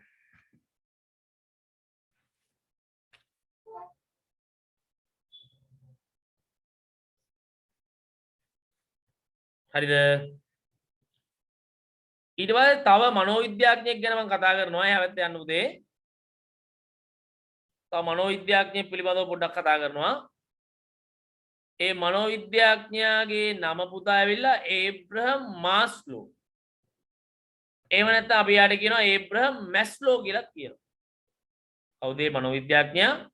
ඒබ්‍රහම් මාස්ලෝ. එහෙම නැත්නම් ඒබ්‍රහම් මැස්ලෝ. එතකොට ඒබ්‍රහම් මැස්ලෝ එහෙම නැත්නම් ඒබ්‍රහම් මාස්ලෝ කියන මනෝවිද්‍යාඥයා බලන්න එහා පැත්තේ තියෙනවා පුතේ. එයා ලස්සන දූරාවලියක් ඉදිරිපත් කරනවා. අපි ඒකට කියනවා අවශ්‍යතා දූරාවලි න්‍යාය කියලා. මොකක් කියලා පුතේ අපි ඒකට කියන්නේ? අවශ්‍යතා දූරාවලි න්‍යාය කියලා. කවුද මේක ඉදිරිපත් කරන්නේ? ඒබ්‍රහම් මාස්ලෝ එහෙම නැත්නම් ඒබ්‍රහම් මැස්ලෝ කියනවා. අන්නේ මනෝවිද්‍යාඥයා විසින්. මම ඒක පොඩ්ඩක් පුතාලට දැන් මේ ඉදිරිපත් කරන්න යන්නේ. ඔව්. මේ තියෙන්නේ මේ ඉන්නේ ඒබ්‍රහම් මැස්ලෝ. මෙයා තමයි ඒබ්‍රහම් මැස්ලෝ එහෙම නැත්නම් ඒබ්‍රහම් මාස්ලෝ කියලා කියන්නේ. මෙයා මනෝවිද්‍යාඥයෙක් පුතා. මෙයා මනෝවිද්‍යාඥයෙක්. මේ මනෝවිද්‍යාඥයා කියනවා මෙහෙම කතාවක්. මිනිස්සුන්ගේ අවශ්‍යතා පැන නගින්නේ දූරාවලියක් විදියට. දූරාවලියක් විදියට පැන නගින්න. දූරාවලියක් විදියට. අපි කතා කරමු මොකක්ද දූරාවලියක් කියන්නේ කියලා. මෙන්න මේ දූරාවලිය. මේ තියෙන්නේ. මෙන්න මේම දූරාවලියක් විදියට පැන නගින්නේ. ඒ කියන්නේ එක අවශ්‍යතා කාණ්ඩයක් පැන නැගුණාට පස්සේ ඊළඟ අවශ්‍යතා කාණ්ඩය. ඒ අවශ්‍යතා කාණ්ඩය සපුරා ගත්තට පස්සේ ඊළඟ අවශ්‍යතා කාණ්ඩය. ඒ අවශ්‍යතා කාණ්ඩය ඉටු කරගත්තට පස්සේ ඊළඟ අවශ්‍යතා කාණ්ඩය. හරි එහෙම කියලා ලස්සන න්‍යායක් ඉදිරිපත් කරනවා. ඒ න්‍යායට අපි කියනවා මොකක් කියලා පුතේ කියන්නේ අවශ්‍යතා දූරාවලි න්‍යාය කියලා කියනවා. මොකක් කියලා පුතේ අපි කියන්නේ අවශ්‍යතා දූරාවලි න්‍යාය කියලා කියනවා. හරි. අහගන්නකෝ. එහෙනම් එයා තමයි ඒබ්‍රහම් මැස්ලෝ තමයි මේ අවශ්‍යතා දූරාවලි න්‍යාය ලෝට හඳුන්වා දුන්නේ. එයා මනෝවිද්‍යාඥයෙක්. එයා කියනවා මේ අවශ්‍යතා ඇති වෙන්නේ මිනිසෙක්ගේ මනසේ. ඒ මනසේ ඇතිවන අවශ්‍යතා එයා කොටස් කීපයක ලස්සනට බෙදලා ලස්සන විග්‍රහයක් ඉදිරිපත් කරනවා. ලස්සන විග්‍රහයක් ඉදිරිපත් කරනවා. එයා කියනවා මිනිසෙක් ඉපදුන ගමන්ම භෞතික අවශ්‍යතා ටික සම්පූර්ණ කරගන්නවා. ඊළඟට ආරක්ෂාව, ඊට පස්සේ සමාජීය, ඊට පස්සේ මමත්ව, ඊට පස්සේ ආත්ම පරිපූර්ණ. ඉස්සල්ලාම එයා කියනවා භෞතික අවශ්‍යතා සම්පූර්ණ කරගන්න. භෞතික අවශ්‍යතා. ඒක ඇත්ත කතාව. අපි ඉස්සල්ලාම අපේ භෞතික අවශ්‍යතාවයන් ටික සම්පූර්ණ කරගන්න ඕනේ. භෞතික අවශ්‍යතාවයන් ටික සම්පූර්ණ කරගන්න. කියන්නේ අපිට ඉපදුනාම ජීවත් වෙන්න බෑ කන්න බොන්න අඳින්න නැත්තම්. කරන උදාහරණ කියමු දේ. දැන් අපි ඉස්සල්ලාම භෞතික අවශ්‍යතා සපුර ගන්නවා. හරි? ඊළඟට අපිට අපේ රැකවරණය කියන අවශ්‍යතාවය සම්පූර්ණ කරගන්න ඕන. ආරක්ෂාව කියන අවශ්‍යතාවය. ආරක්ෂාව. මොකද ආරක්ෂාව නැතුව අපිට ජීවත් වෙන්න බෑ. රැකවරණය. ඊට පස්සේ අපිට ආරක්ෂාව තියෙනවා භෞතික අවශ්‍යතාව තියෙනවා. නමුත් සමාජීය පාර්ශ්වයන්ගේ ආදරය, සෙනෙහස, දයාව, කරුණාව නැහැ. එහෙනම් අපිට ජීවත් වෙන්න බෑ. එහෙනම් අපි ඊළඟට සමාජීය අවශ්‍යතාවය සම්පූර්ණ කරගන්න ඕනේ. දැන් ඊළඟ කාණ්ඩය අපිට ඒකත් මදි. අපිට දැන් ඔයා උසස් පෙළ හදානවා ඊට පස්සේ අදාළ ඉල්ල බැංක් මැනේජර් කෙනෙක් හරි චාර්ට් ඇකවුන්ට් කෙනෙක් හරි කවුරු හරි වෙනවා ලෝය කෙනෙක් හරි ලෝය කෙනෙක් වෙන්න පුළුවන් බැරි නෑ. ඒතර ඔයා අන්න ඊළඟ ඔයාගේ අවශ්‍යතාවය මොකද්ද? දැන් මේ තුන ඔයා සම්පූර්ණ කරලා සමාජයේ තාම ඔයා ලොකුවට පිළිගන්නේ නැහැ. එහෙනම් අන්න ඔයාගේ ඊළඟ අවශ්‍යතාවය මමත්ව අවශ්‍යතාවය මමත්ව පිළිගැනීම මමත්ව අවශ්‍යතාවය බලන්නකෝ ඔයා කියන න්‍යාය හරිම ලස්සනයිනේ. ඉස්ලාම් භෞතික අවශ්‍යතාවය ඊළඟට ආරක්ෂාව ඊළඟට සමාජීය අවශ්‍යතාවය ඊළඟට මමත්ව අන්තිම එක අපි කතා කරනවා ආත්ම පරිපූර්ණ අවශ්‍යතාවය පරිපූර්ණ ඒ කියන්නේ මේකයි එයාව පිළිගන්නවා එයාට පිළිගැනීම මදි එයාට ඕන වෙනවා සමාජයේ කැපිපෙන චරිතයක් වෙන්න අපි දන්නවා නීතිඥවරු වෛද්‍යවරු ගුරුවරු දේශපාලනය කරනවා කැපිපෙන එක එක පදනම් සමාජ සංවිධාන පදනම් හදාගෙන එක එක පාර්ශ්වයන් උදව් කිරීම කරනවා එක එක පාර්ශ්වයන් උදව් කිරීම කරනවා එහෙම නේද උදේ අන්න ඒ කැපිපෙන්න ඒ කියන්නේ මොකද්ද ආත්ම පරිපූර්ණ අවශ්‍යතාවය රයිට් ඉතින් ඕක සම්බන්ධව මොකද අපි ඉපදුන ගමන්ම සමාජයේ කැපිපෙන්න අපිට අවශ්‍යතාවය ඒකෙන් නැහනේ පිළිගැනීම කියන අවශ්‍යතාවය නැහනේ ඉස්සල්ලාම අපිට ඉපදුන ගමන් අපිට ඉපදුන ගමන් ඕන වෙන්නේ ආහාර ටික ඇඳුම් ටික මේ ටික භෞතික අවශ්‍යතාව ඊට පස්සේ තමයි සමාජ ජීවත් වෙන්න රැකවරණය ඕන වෙන්නේ රැකවරණය විතරක් තිබිලා ජීවත් වෙන්න බෑ පිස්සෙක් වෙයි අපිට සමාජීය අවශ්‍යතාවන් ටික සම්පූර්ණ කරගන්න ඕනේ ආදරය සෙනෙහස දයාව කරුණාව කියන ඊට පස්සේ අපිට පිළිගැනීම කියන එක ඕන වෙනවා මමත්ව අවශ්‍යතාවය සහ ඊට පස්සේ අපිට කැපිපෙන්න ඕන වෙනවා ආත්ම පරිපූර්ණ රයිට් එහෙනම් අපි දැන් මේ බලන්න පුතා ඒබ්‍රහම් මාස්ලෝ කියන මාතෘකාව හයිලයිට් කරගන්න ඒබ්‍රහම් මාස්ලෝ එහෙම නැත්නම් ඒබ්‍රහම් මැස්ලෝ කියන මාතෘකාව හයිලයිට් කරගන්න ඒබ්‍රහම් මාස්ලෝ හරි එයා මනෝවිද්‍යාඥයා පුද්ගල අවශ්‍යතා පිළිබඳව ලස්සන දූරාවලියක් අවශ්‍යතා දූරාවලිය විග්‍රහ කළා එන අවශ්‍යතා දූරාවලිය කියන එකත් හයිලයිට් කරගන්න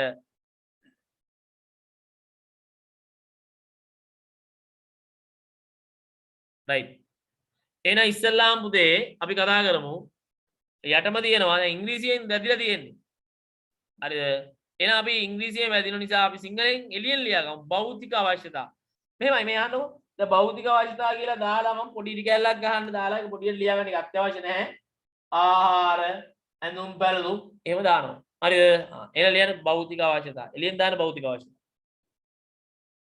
භෞතික අවශ්‍යතා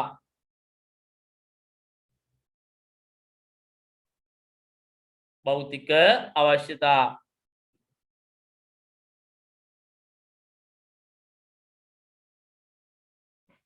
ආහාර පාන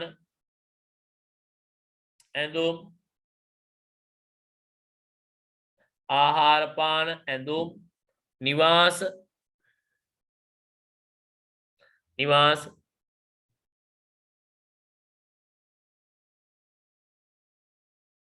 ඊළඟ පුතේ ආරක්ෂාව ආරක්ෂාව ආරක්ෂාව ආරක්ෂාව පොඩි දි කැලක් ගහලා ලියන රැකවරණය රැකවරණය රැකවරණය රැකවරණය right රැකවරණය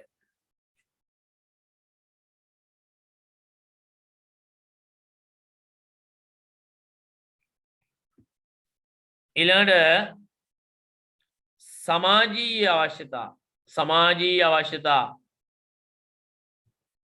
සමාජීය අවශ්‍යතා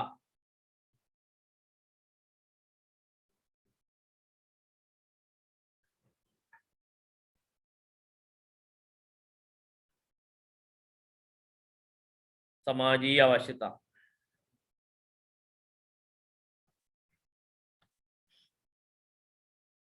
ඔන්නම් ලියන්න ආදරය සෙනෙහස දෙකක් ලියාගත්ත නැති ඈ ආදරය සෙනෙහස ඊළඟට මමත්ව මමත්ව මමත්ව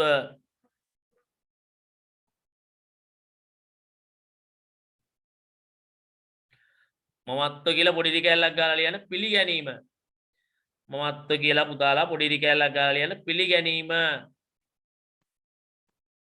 පිළිගැනීම හරිද පිළිගැනීම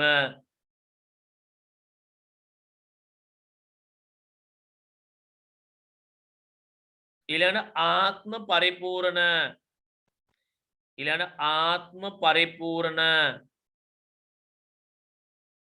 අන්තිම එක ආත්ම පරිපූර්ණ පොඩි දි කැලක් ගාලා ලියන්න සමාජයේ කැපී පෙනීම සමාජයේ කැපී පෙනීම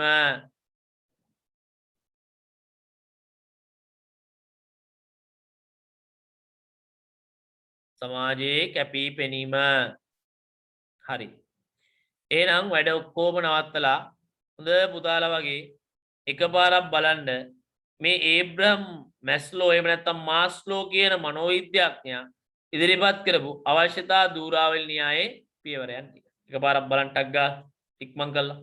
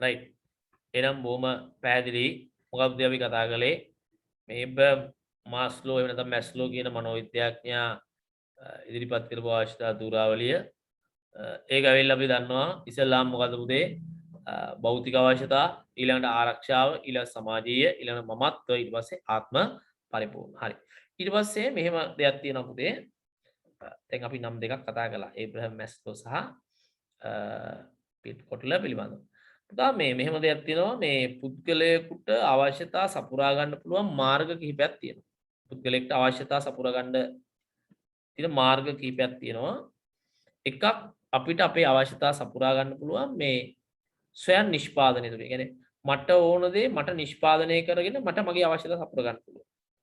ඒක අපි කියනවා ස්වයං නිෂ්පාදනය. එහෙම නැත්තම් මට පුළුවන් බලහත්කාරයෙන් වෙන කෙනෙක් කන දෙයක් උදුරාගෙන සොරකම් කරලා මගේ අවශ්‍යතාව සපුර ගන්න. අපි කියන බලහත්කාරයෙන්. හරි එහෙම කරන්න මම අකමැති නම් මට පුළුවන් පරිත්‍යාග කරන්නන්ගෙන් ඉල්ලා සිටීම මගින් මගේ අවශ්‍යතාව සපුරා ගැනීම. අපි ඒකට කියනවා සිඟමන් නැදීම. අපිට ව්‍යාපාර අධ්‍යයනයේදී ඔය එකක්වත් වැදගත් නැහැ. අපිට වැදගත් වෙන්නේ අපි ගාව තියෙන වටිනාකම ඇති යමක් තවත් කෙනෙක්ට දීලා එයාගේ නිෂ්පාදිතයක් අපි අරගෙන අපි පරිභෝජනය කරලා අපි අවශ්‍යතාව සපුරා ගැනීම. ඒ කියන්නේ හුවමාරුවෙන් අවශ්‍යතාව සපුරා ගැනීම. කොහොම අවශ්‍යතාව සපුරා ගැනීමද? හුවමාරුවෙන් අවශ්‍යතාව සපුරා ගැනීම. පැහැදිලිනේ පුතාලට කියපු දේ. එතකොට මේක විභාගෙ දෙන්නේ හිස්තනක් පුරවන්න ගොඩක් වෙලාවට ව්‍යාපාරික වශයෙන් වැදගත් වනු හිස්තනක් අවශ්‍යතා සපුරා ගැනීම. කොහොම අවශ්‍යතා සපුරා ගැනීමද? හුවමාරුවෙන් අවශ්‍යතා සපුරා ගැනීම. හරි. එහෙනම් අපි ලියමු පුද්ගලයෙකුට අවශ්‍යතා සපුරා ගන්න පුළුවන් ආකාර ටික මොනවද කියලා. පළවෙනි එක ලියන්න ස්වයං නිෂ්පාදනය. ස්වයං නිෂ්පාදනය. ස්වයං නිෂ්පාදනය.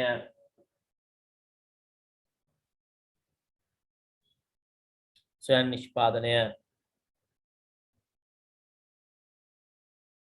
ස්වයං නිෂ්පාදනය. ස්වයං නිෂ්පාදනය. බලන්න පුතේ සිය පරිභෝජනයට අවශ්‍ය දෑ තමා විසින්ම නිපදවා ගැනීමක් මෙහිදී සිදුවේ. ඔව්. ඊළඟට අපි කතා කරනවා බලහත්කාරයෙන්. ඊළඟ අපි කතා කරනවා මොකද? බලහත්කාරයෙන්. ලියන්න තියලා එක බලහත්කාරයෙන්. බලහත්කාරයෙන්. බලහත්කාරයෙන්. බලන්න පුතේ එතන තියෙනවා උදුරා ගැනීමෙන් හෝ සොරකම් කිරීම තුළින් අවශ්‍යතා තෘප්තිමත් කර ගැනීම. ඒකට තමයි අපි කියන්නේ බලහත්කාරයෙන් කියලා. හා රයිට්. ඊළඟ ලියන්නේ හිඟමන් නැදීමෙන්. සිඟමන් නැදීමෙන්. හිඟමන් නැදීමෙන්.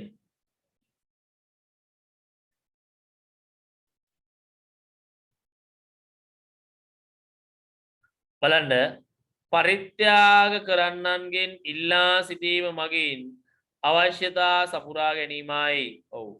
පරිත්‍යාග කරන්නන් ඉල්ලා සිටීම මගින්. ඊළඟට හුවමාරුවෙන්. හුවමාරුවෙන්.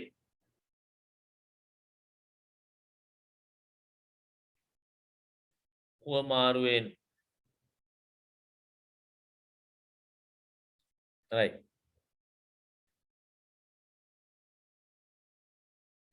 ඒ කියන්නේ යම් නිෂ්පාදිතයක් වෙනත් අයෙකුගෙන් ලබා ගැනීම වෙනුවෙන් වටිනාකම ඇති යමක් ලබා දීම. දැන් හුවමාරුවෙන් අවශ්‍යතාව සපුරා ගැනීම. ඒක අහගන්නු මේ ඇත්තටම මේ ව්‍යාපාරික වශයෙන් වැදගත් වෙන්නේ කොහොම අවශ්‍යතාව සපුරා ගැනීමද? හුවමාරුවෙන් අවශ්‍යතාව සපුරා ගැනීම. කොහොම අවශ්‍යතාව සපුරා ගැනීමද? හුවමාරුවෙන් අවශ්‍යතාව සපුරා ගැනීම. අපි එතනයි රූලක් තියෙනවා. හිස්තනක් තියෙන රූලක්. ඒ හිස්තනේ ලියා ගමු පුතේ. ව්‍යාපාරික වශයෙන් වැදගත් වනුයේ ව්‍යාපාරික වශයෙන් වැදගත් වනුයේ ව්‍යාපාරික වශයෙන් වැදගත් වනුයේ හුවමාරුවෙන් අවශ්‍යතා සපුරා ගැනීමයි. හුවමාරුවෙන් අවශ්‍යතා සපුරා ගැනීමයි. ව්‍යාපාරික වශයෙන් වැදගත් වනුයේ හුවමාරුවෙන් අවශ්‍යතා සපුරා ගැනීමයි. හුවමාරුවෙන් අවශ්‍යතා සපුරා ගැනීමයි. ඒක දාන්න නෑ තරුවක් දාන්න. හරි. එහෙනම් ඔන්න අවශ්‍යතා පිළිබඳව සාකච්ඡා කරලා ඉවර කළා පුතේ. දැන් මේ අහන්නකෝ දැන් පුතාලට මේ ෂෝට් නෝට් ගන්න කොලයක් හම්බෙලා තියෙනවා හැමෝටම. මෙන්න මේ වගේ කොලයක්. ඒ කොලේ ෂෝට් නෝට් එක ගන්න ඕන පුතේ. වැඩ ගොඩක් තියෙනවා මම ඔක්කොම වැඩ අද කියන්නේ නැහැ. දවසින් දවස පොඩ පොඩ කියන්නම්.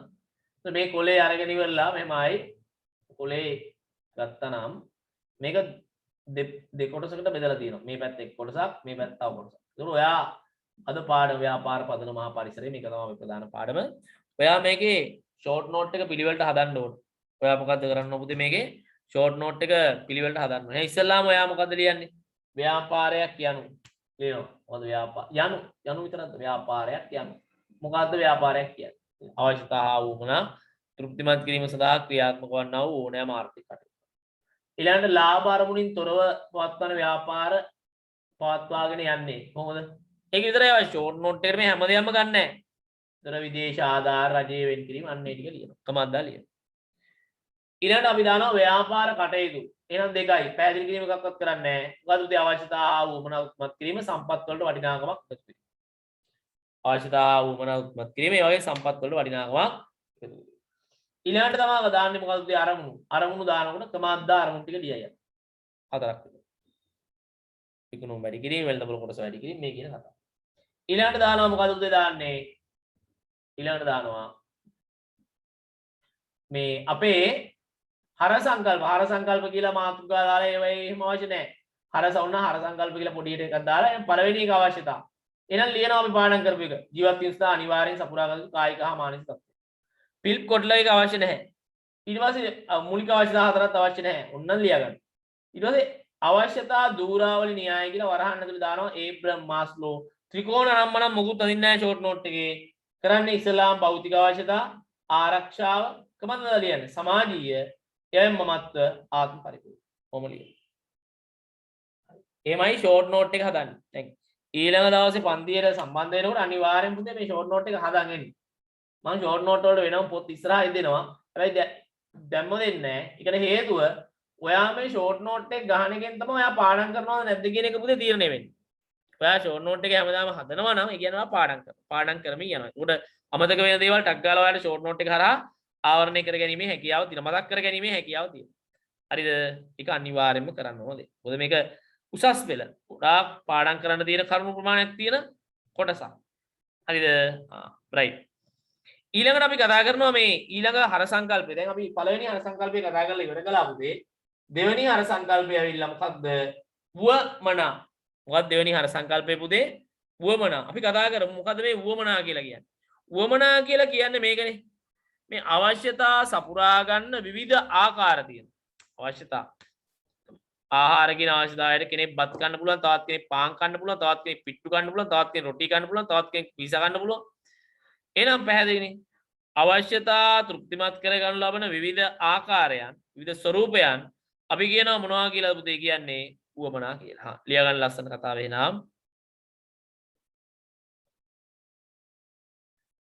අවශ්‍යතා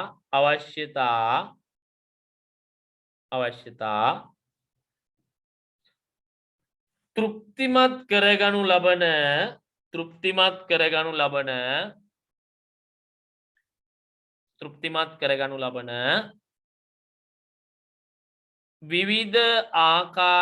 ආකාරයන් වුවමනාවේ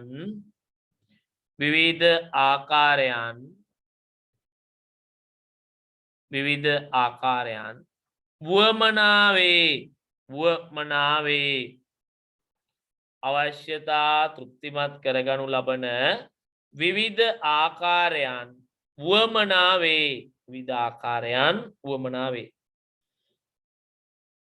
විවිධ ආකාරයන් වුවමනාවේ right. ඊළඟට දැන් පුතේ උතන තියෙන ඔන්න අවශ්‍යතා ටිකක් තියෙනවා. ඒකට අදාළ වුවමනා ලියන්න. ආහාර නම් බත්, පාම්, පිට්ටු, පීසා හරි.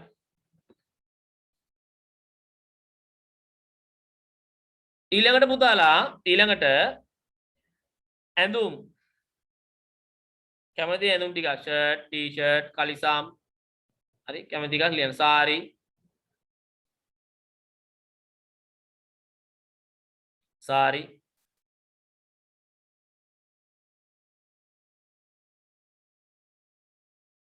ඊට පස්සේ ආදරය දෙමාපියන්ගේ යහළු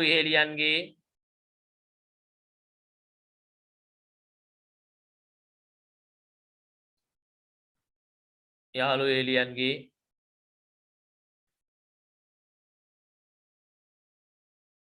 right.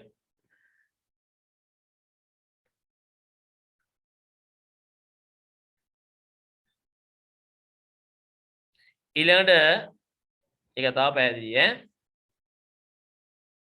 තව ඔයා දාගන්න තව අවශ්‍යතා කාණ්ඩයක් සෞඛ්‍ය කියලා. සෞඛ්‍ය මොනවද එන උවමනා? රජයේ රෝහල්, පෞද්ගලික රෝහල්, ෆාමසි අන්න උවමනා. අයන ලියන්න සෞඛ්‍ය කියලා. රජයේ රෝහල් ඉතන යට ඉඳ තියෙනවනේ. රජයේ රෝහල්, පෞද්ගලික රෝහල් ඒ වගේම ෆාමසි right දැන් බොහොම සරල පුංචි දෙයක් පුතේ මොකක්ද උවමනා කියලා කියන්නේ මොකක්ද එන උවමනා කියලා කියන්නේ අවශ්‍යතා සපුරා ගනු ලබන විවිධ ආකාරයන් අපි කියනවා උවමනා කියලා. මොනවා කියලාද කියන්නේ පුතේ උවමනා. දැන් උවමනා පිළිබඳව අපි සාකච්ඡා කරද්දී උවමනා කියන එක තමයි ව්‍යාපාරිකයර වැඩ. හේතුව උවමනා තමයි ව්‍යාපාරිකයා හදන්නේ නිර්මාණය කරන්නේ. හරිද? ඒ නිසා මේ ව්‍යාපාරිකයාට වඩා වැදගත් වෙන්නේ මිනිස්සුන්ගේ මේ උවමනා. ඒවා තමයි මේ ගොඩක් වෙලාවට මේ ඒවා විවිධ ආකාරයෙන් සපුරාලීම තමයි ව්‍යාපාරිකයා විසින් සිද්ධ කරන්නේ. නිසා උවමනා තමයි වැදගත් වෙන්නේ. පුතේ දැන් ඕන් අපි කතා කරන් ආව හර සංකල්ප වල දෙකක් කතා කළා. මොකද කතා කරපු හර සංකල්ප දෙක එකක් අවශ්‍යතාව පිළිබඳව කතා කළා. අනිත් එක අපි කතා කළා මොකක් පිළිබඳද? උවමනා පිළිබඳව සාකච්ඡා කළා. දැන් අපි පිළිවෙලට පියවරෙන් පියවර පාඩම් කරලා යනවා. ඒතකොට සමහර දරුවන්ගේ මෙතන ඒ 9 තියෙන දරුවෝ ඉන්නවා වෙන්න පුළුවන්. ඒ 8 ඒ 7 ඒ 6 මේ ආදී වශයෙන්. ඒ වගේම සමහර දරුවෝ ඉන්න පුළුවන් ඒ එකක්වත් නැති. ඉතින් විශේෂයෙන්ම කියන්න ඕන O level ප්‍රතිඵලය A level ප්‍රතිඵලයට අදාළ වෙන්නේ නැහැ. ඔයාගේ ඒ 9ක් තියෙනවා නම් ඔයා හොඳට කැප වෙලා වැඩ කරලා තියෙනවා. ඒ කැපවීම ඒක ඒ උනන්දුව ඒ උත්සාහය ඒ විදිහටම තියාගෙන යන්න. එහෙම වුණොත් ඔයාට සාර්ථක ප්‍රතිඵලයක් දිස්ත්‍රික් කුසලතාවයක් සමග විශ්වවිද්‍යාලයට යන්න ඔයාට හැකියාව ලැබෙයි. ඒත් ඔයාට ඒ නැහැයි කියලා හිතන්න එපා. එහෙම ඒ නැහැයි කියලා හිතලා මේ කලකිරෙන්න එපා. විදමු කෙනෙක්ට ඒකක්වත් නැහැ කියලා. ඒ ඕන තරම් නිදසුන් දෙන්නම්. පන්ති පටන් ගත්තාම ගිනල්ලා කතා කරවන්නම්. හරිද? ඕලෙවල් වලට එක ඒකක්වත් නැති දරුවෝ සාමාන්‍ය ප්‍රතිඵලයක් අරගත් දරුවෝ හරියට කැප වෙලා වැඩ කළා දිස්ත්‍රික් කුසලතාවයන් එක්ක විශ්වවිද්‍යාලෙ ගිහින් තියෙනවා. ඒ නිසා විශේෂයෙන් කියන්න පුතාලට ඕලෙවල් ප්‍රතිඵලය මත ඒලෙවල් ප්‍රතිඵලය තීරණය වෙන්නේ නැහැ. ඔයා මේ අවුරුදු 2යි මාස කිහිපය තුල කරන වැඩ ප්‍රමාණය මතයි ඒලෙවල් ප්‍රතිඵලය තීරණය වෙන්නේ. නිසා හැමෝම දැන් ඉන්නේ බිඳුවේ. ඒ නිසා හැමෝටම පුළුවන් පුතා ඒ අවශ්‍ය කුසලතාවයන් ටික වර්ධනය කරන්න. එහෙම කරගෙන හැමෝටම පුළුවන් අර ඉලක්කයට යන්න. හරි? එහෙනම් දැන් මම කතා කරන්න ඇවිල්ලා තියෙන දැන් පිළිවෙල හරිනේ.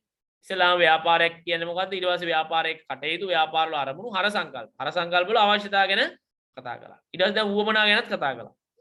ඊට පස්සේ අපේ විභාගයේදී අහනවා නිරන්තරයෙන් මේ ප්‍රශ්නය අවශ්‍යතා හා උවමනා අතර ව්‍යාපාරයක පවතිනා වූ වෙනස්කම්. හරි. එහෙනම් පුතාලා දෙපැත්තට බෙදා ගන්න. එක පැත්තක දාන්න අවශ්‍යතා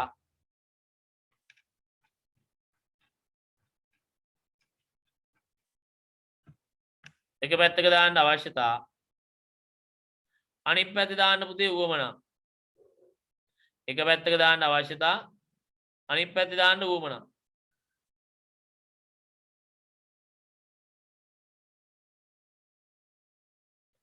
right අවශ්‍යතා කියන පැත්ත පුතේ දැන් ඉස්සල්ලාම ඇති වෙන්නේ අවශ්‍යතාවය. ඒ නිසා අපි කියන අවශ්‍යතාවයක් මොකද්ද පුතේ ඉස්සල්ලාම ඇති වෙන නිසා ප්‍රාථමිකයි කියලා කියනවා.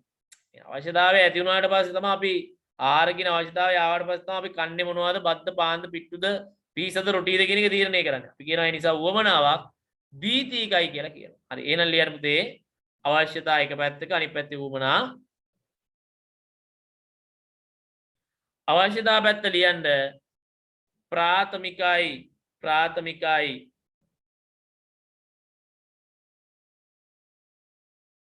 අනිත් පැත්තේ උවමනා ද්විතීකයි.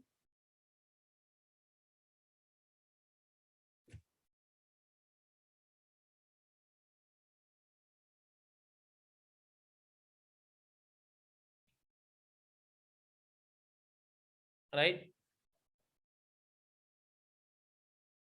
ඒ වගේම අපිට අවශ්‍යතා ගයින්න පුළුවන් 1යි 2යි 3යි කියලා ගයින්න පුළුවන්. හැබැයි උවමනා අපිට ගයින්න බෑ. ආහාර ගත්තාම ලංකාවේ ආහාර වට්ටුරු කීයක් තියෙනවද අපි දන්නවද ලෝකේ? මේක බෑ. එහෙනම් අපි කියනවා අවශ්‍යතා සීමිතයි. අවශ්‍යතා පැත්තේ කියන්නේ සීමිතයි. උවමනා පැත්තේ අසීමිතයි.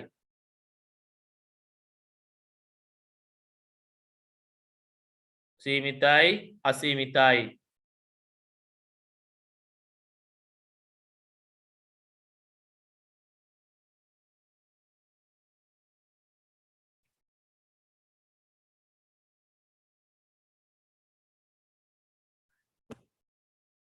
හරිද පුතේ? දැන් එනම් බොම් පැහැදිලි.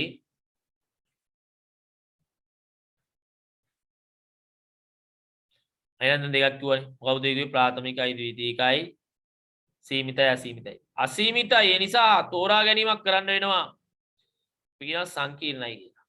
අවශ්‍යතා සරලයි. එහෙනම් ලියන්න උදේ සරලයි සංකීර්ණයි. සරලයි සංකීර්ණයි. සරලයි සංකීර්ණයි.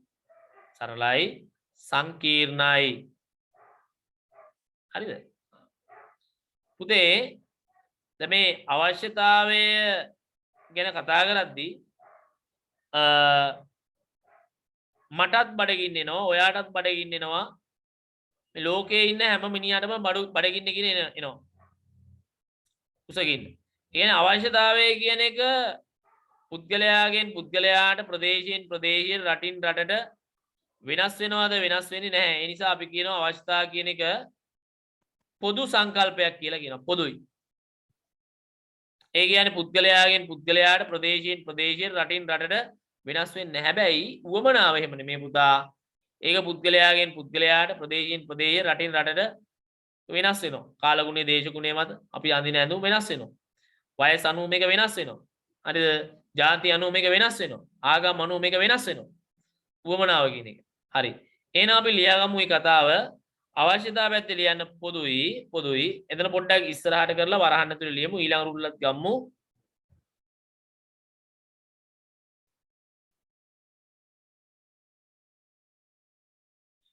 ලියන්න උදේ පොදුයි. ලියන්න වරහන් කළා.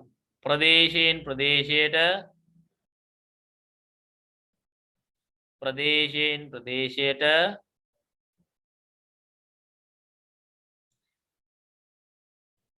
පුද්ගලයාගෙන් පුද්ගලයාට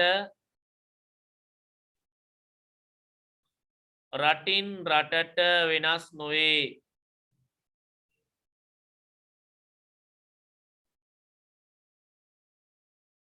රටින් රටට වෙනස් නොවේ. දැන් වරහන වහන්න ඈ. වරහන වහන්න. ඊළඟට පුතේ ඇවිල්ලා උවමනාවක් අපි කියනවා පෞද්ගලිකයි එහෙම නැත්නම් විවිධයි එහෙම නැත්නම් පුද්ගලානුබද්ධයි. ඒ කියන්නේ ඒක පුද්ගලයාගෙන් පුද්ගලයාට රටින් රටට ප්‍රදේශයෙන් ප්‍රදේශයට වෙනස් වීම සිද්ධ වෙනවා. එහෙනම් ලියන්න පුතේ විවිධයි ඇලයිරක් පෞද්ගලිකයි ඇලයිරක් පුද්ගලානුබද්ධයි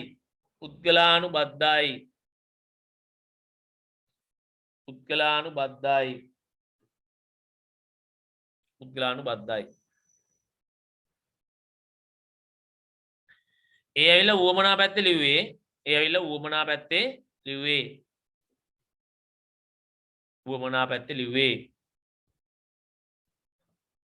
දැන් වැඩ ඔක්කොම නවත්තලා හොඳ පුතාලා වගේ ඔලෝස්සලා මාත් එක්ක කියමු මොනවද මේ අවශ්‍යතා උවමනා අතර වෙනස්කම්. අවශ්‍යතා ප්‍රාථමිකයි උවමනා ද්විතීයිකයි. සීමිතයි අසීමිතයි. සරලයි සංකීර්ණයි. පොදුයි විවිධයි. ඒ වගේම මේ අවශ්‍යතා කියන එක මානව උත්පත්තියෙන් ජනිත. අපි ඉපදෙනකොට ආහාර කියන එක අරන් එන්නේ. හරිද? මානව උත්පත්තියෙන් ජනිත වෙනවා. හරිද? ඒ වගේම ව්‍යාපාරිකයා විසින් නිර්මාණය කරන උවමනා ඇවිල්ලා ව්‍යාපාරිකයා විසින් නිර්මාණය කරන.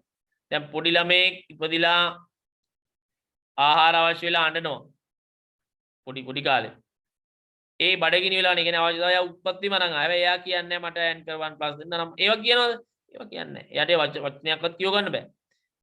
ඒතර ඒ කාලේදී ඒවා දෙන්නේ ඒවා නිර්මාණය කරලා දෙන්නේ කවුද? ව්‍යාපාරිකයා. කියන්නේ අපි කියනවා අවශ්‍යතාවය කියන එක අපි ඉපදෙනකොටම අරන් එන දෙයක්. මානව උත්පත්තියත් සමග ජනිත වෙනවා. හැබැයි උවමනාව කියන එක ව්‍යාපාරිකයා විසින් නිර්මාණය කරනවා. ලියන්න පුතේ එහෙනම් මානව උත්පත්තියත් සමග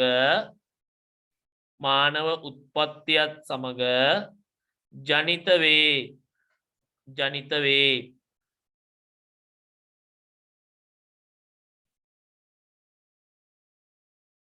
මානව උත්පත්තියත් සමග ජනිත වේ.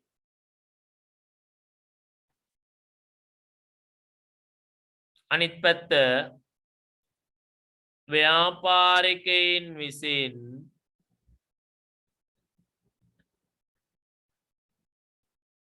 නිර්මාණය කරනු ලබයි.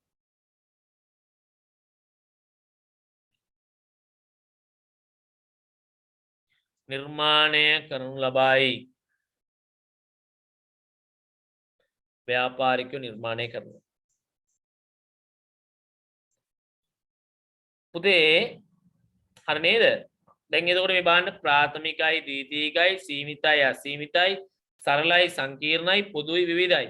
ඒ වගේම මානව උත්පත්තියෙන් ජනිත වෙනවා. අර පැත්ත ව්‍යාපාරිකයන් විසින් නිර්මාණය කරනවා.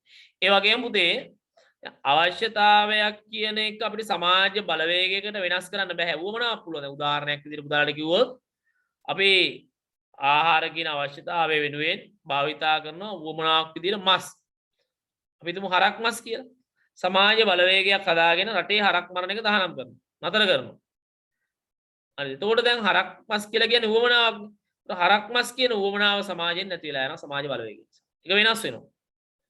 නමුත් ඒ බලවේගයම හදාගෙන කියන්න පුළුවන් කන්න එපා කියලා ඒක කරන්න බෑ කවදාවත්. අවශ්‍යතාවය වෙනස් කරන්න යටපත් කරන්න බෑ හැකියාවක් නැහැ සමාජ බලවේගයක.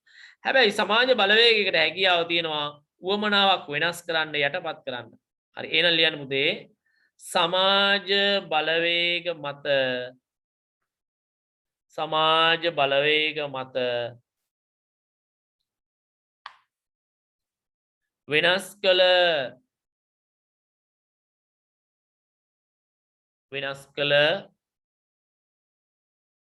වෙනස් කළ නොහැක. සමාජ බලවේගයකට අවශ්‍යතාවයක් වෙනස් කරන්න බෑ. නොහැක. අනිත් පැත්ත වුවමනා පැත්ත සමාජ බලවේගයකට වුවමනා වෙනස් කිරීමේ හැකියාව පවතී. වුවමනා වෙනස් කිරීමේ හැකියාව පවතී.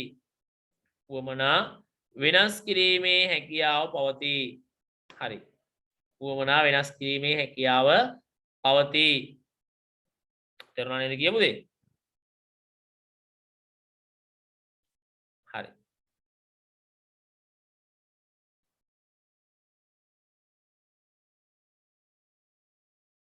හරිද?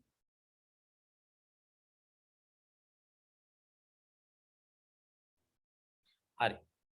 එහෙනම් හොඳ පුතාලා ඔය එකපාරක් බලන්න අවශ්‍යතාව හා වුවමනා අතර වෙනස්කම් බලලා මට කියන්න ටක් ගාලා. ඉක්මන් කළා.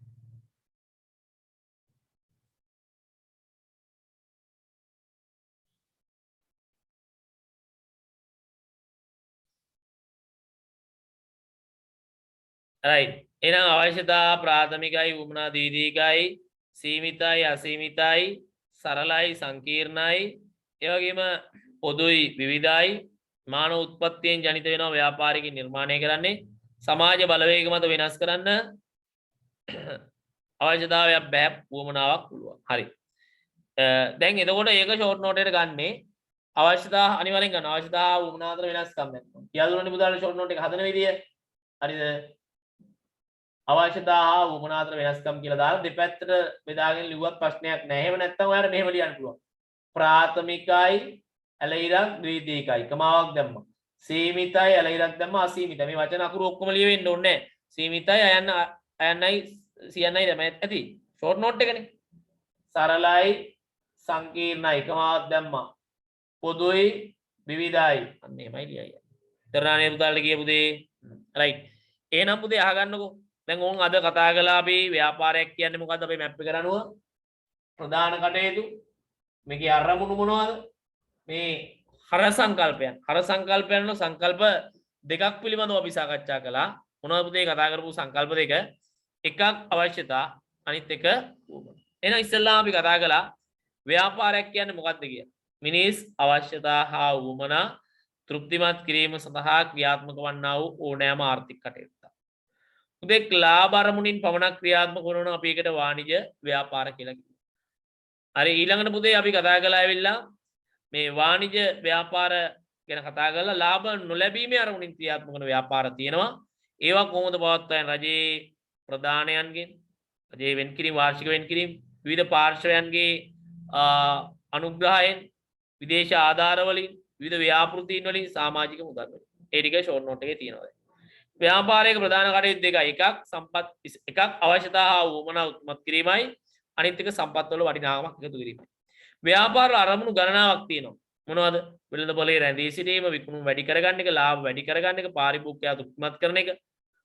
ඒ වගේම වෙලා ව්‍යාපාරිකයාගේ පෞද්ගලික තෘප්තිය වැඩි කරගන්න එක. මේ වගේ දේවල්. ඊට පස්සේ ඒකේ පළවෙනි එක අපි කතා කළා හර සංකල්ප කියන මාතෘකාවේ පළවෙනි එක අවශ්‍යතා පිළිබඳව.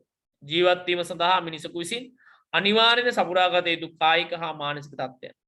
අර අලෙවිකරණේ පියා පිල්ප් කොටලා කිව්වා මූලික තෘප්තියක් නොලැබීමෙන් දැන් අඩුපාඩුවක් පිළිබඳ තත්ත්වයක් කියලා.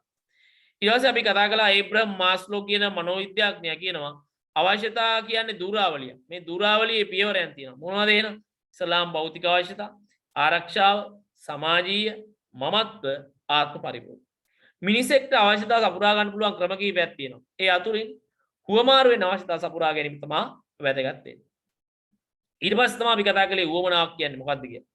උවමනාවක් කියලා කියන්නේ අවශ්‍යතා සපුරා ගන්න ලබන විවිධ ආකාරයන්. විවිධ ආකාරයන්. එතන මේ අවශ්‍යතා උවමනා අතර වෙනස්කම් තිබ්බා. ප්‍රාථමිකයි, ද්විතීකයි, සීමිතයි, අසීමිතයි, සරලයි, සංකීර්ණයි, පොදුයි, විවිධයි, මානව උත්පත්තියෙන් ජනිත වෙනවා ව්‍යාපාරික නිර්මාණය කරනවා. ඒ වගේම ඇවිල්ලා සමාජ බලවේග මත වෙනස් කරන්න බෑ, අර්ථ වෙනස් කරන්න පුළුවන්. ඉතින් ඔය කරුණු ටික තමයි පුතේ කතා කළේ. එහෙනම් හොඳ පුතාලා වගේ ওই ටික බලාගෙන පාඩම් කරගෙන ෂෝට් නෝට් එක හදාගෙන ඊළඟ පන්තියට සම්බන්ධ වෙමු. සියලු දෙනාට ආයුබෝවන්.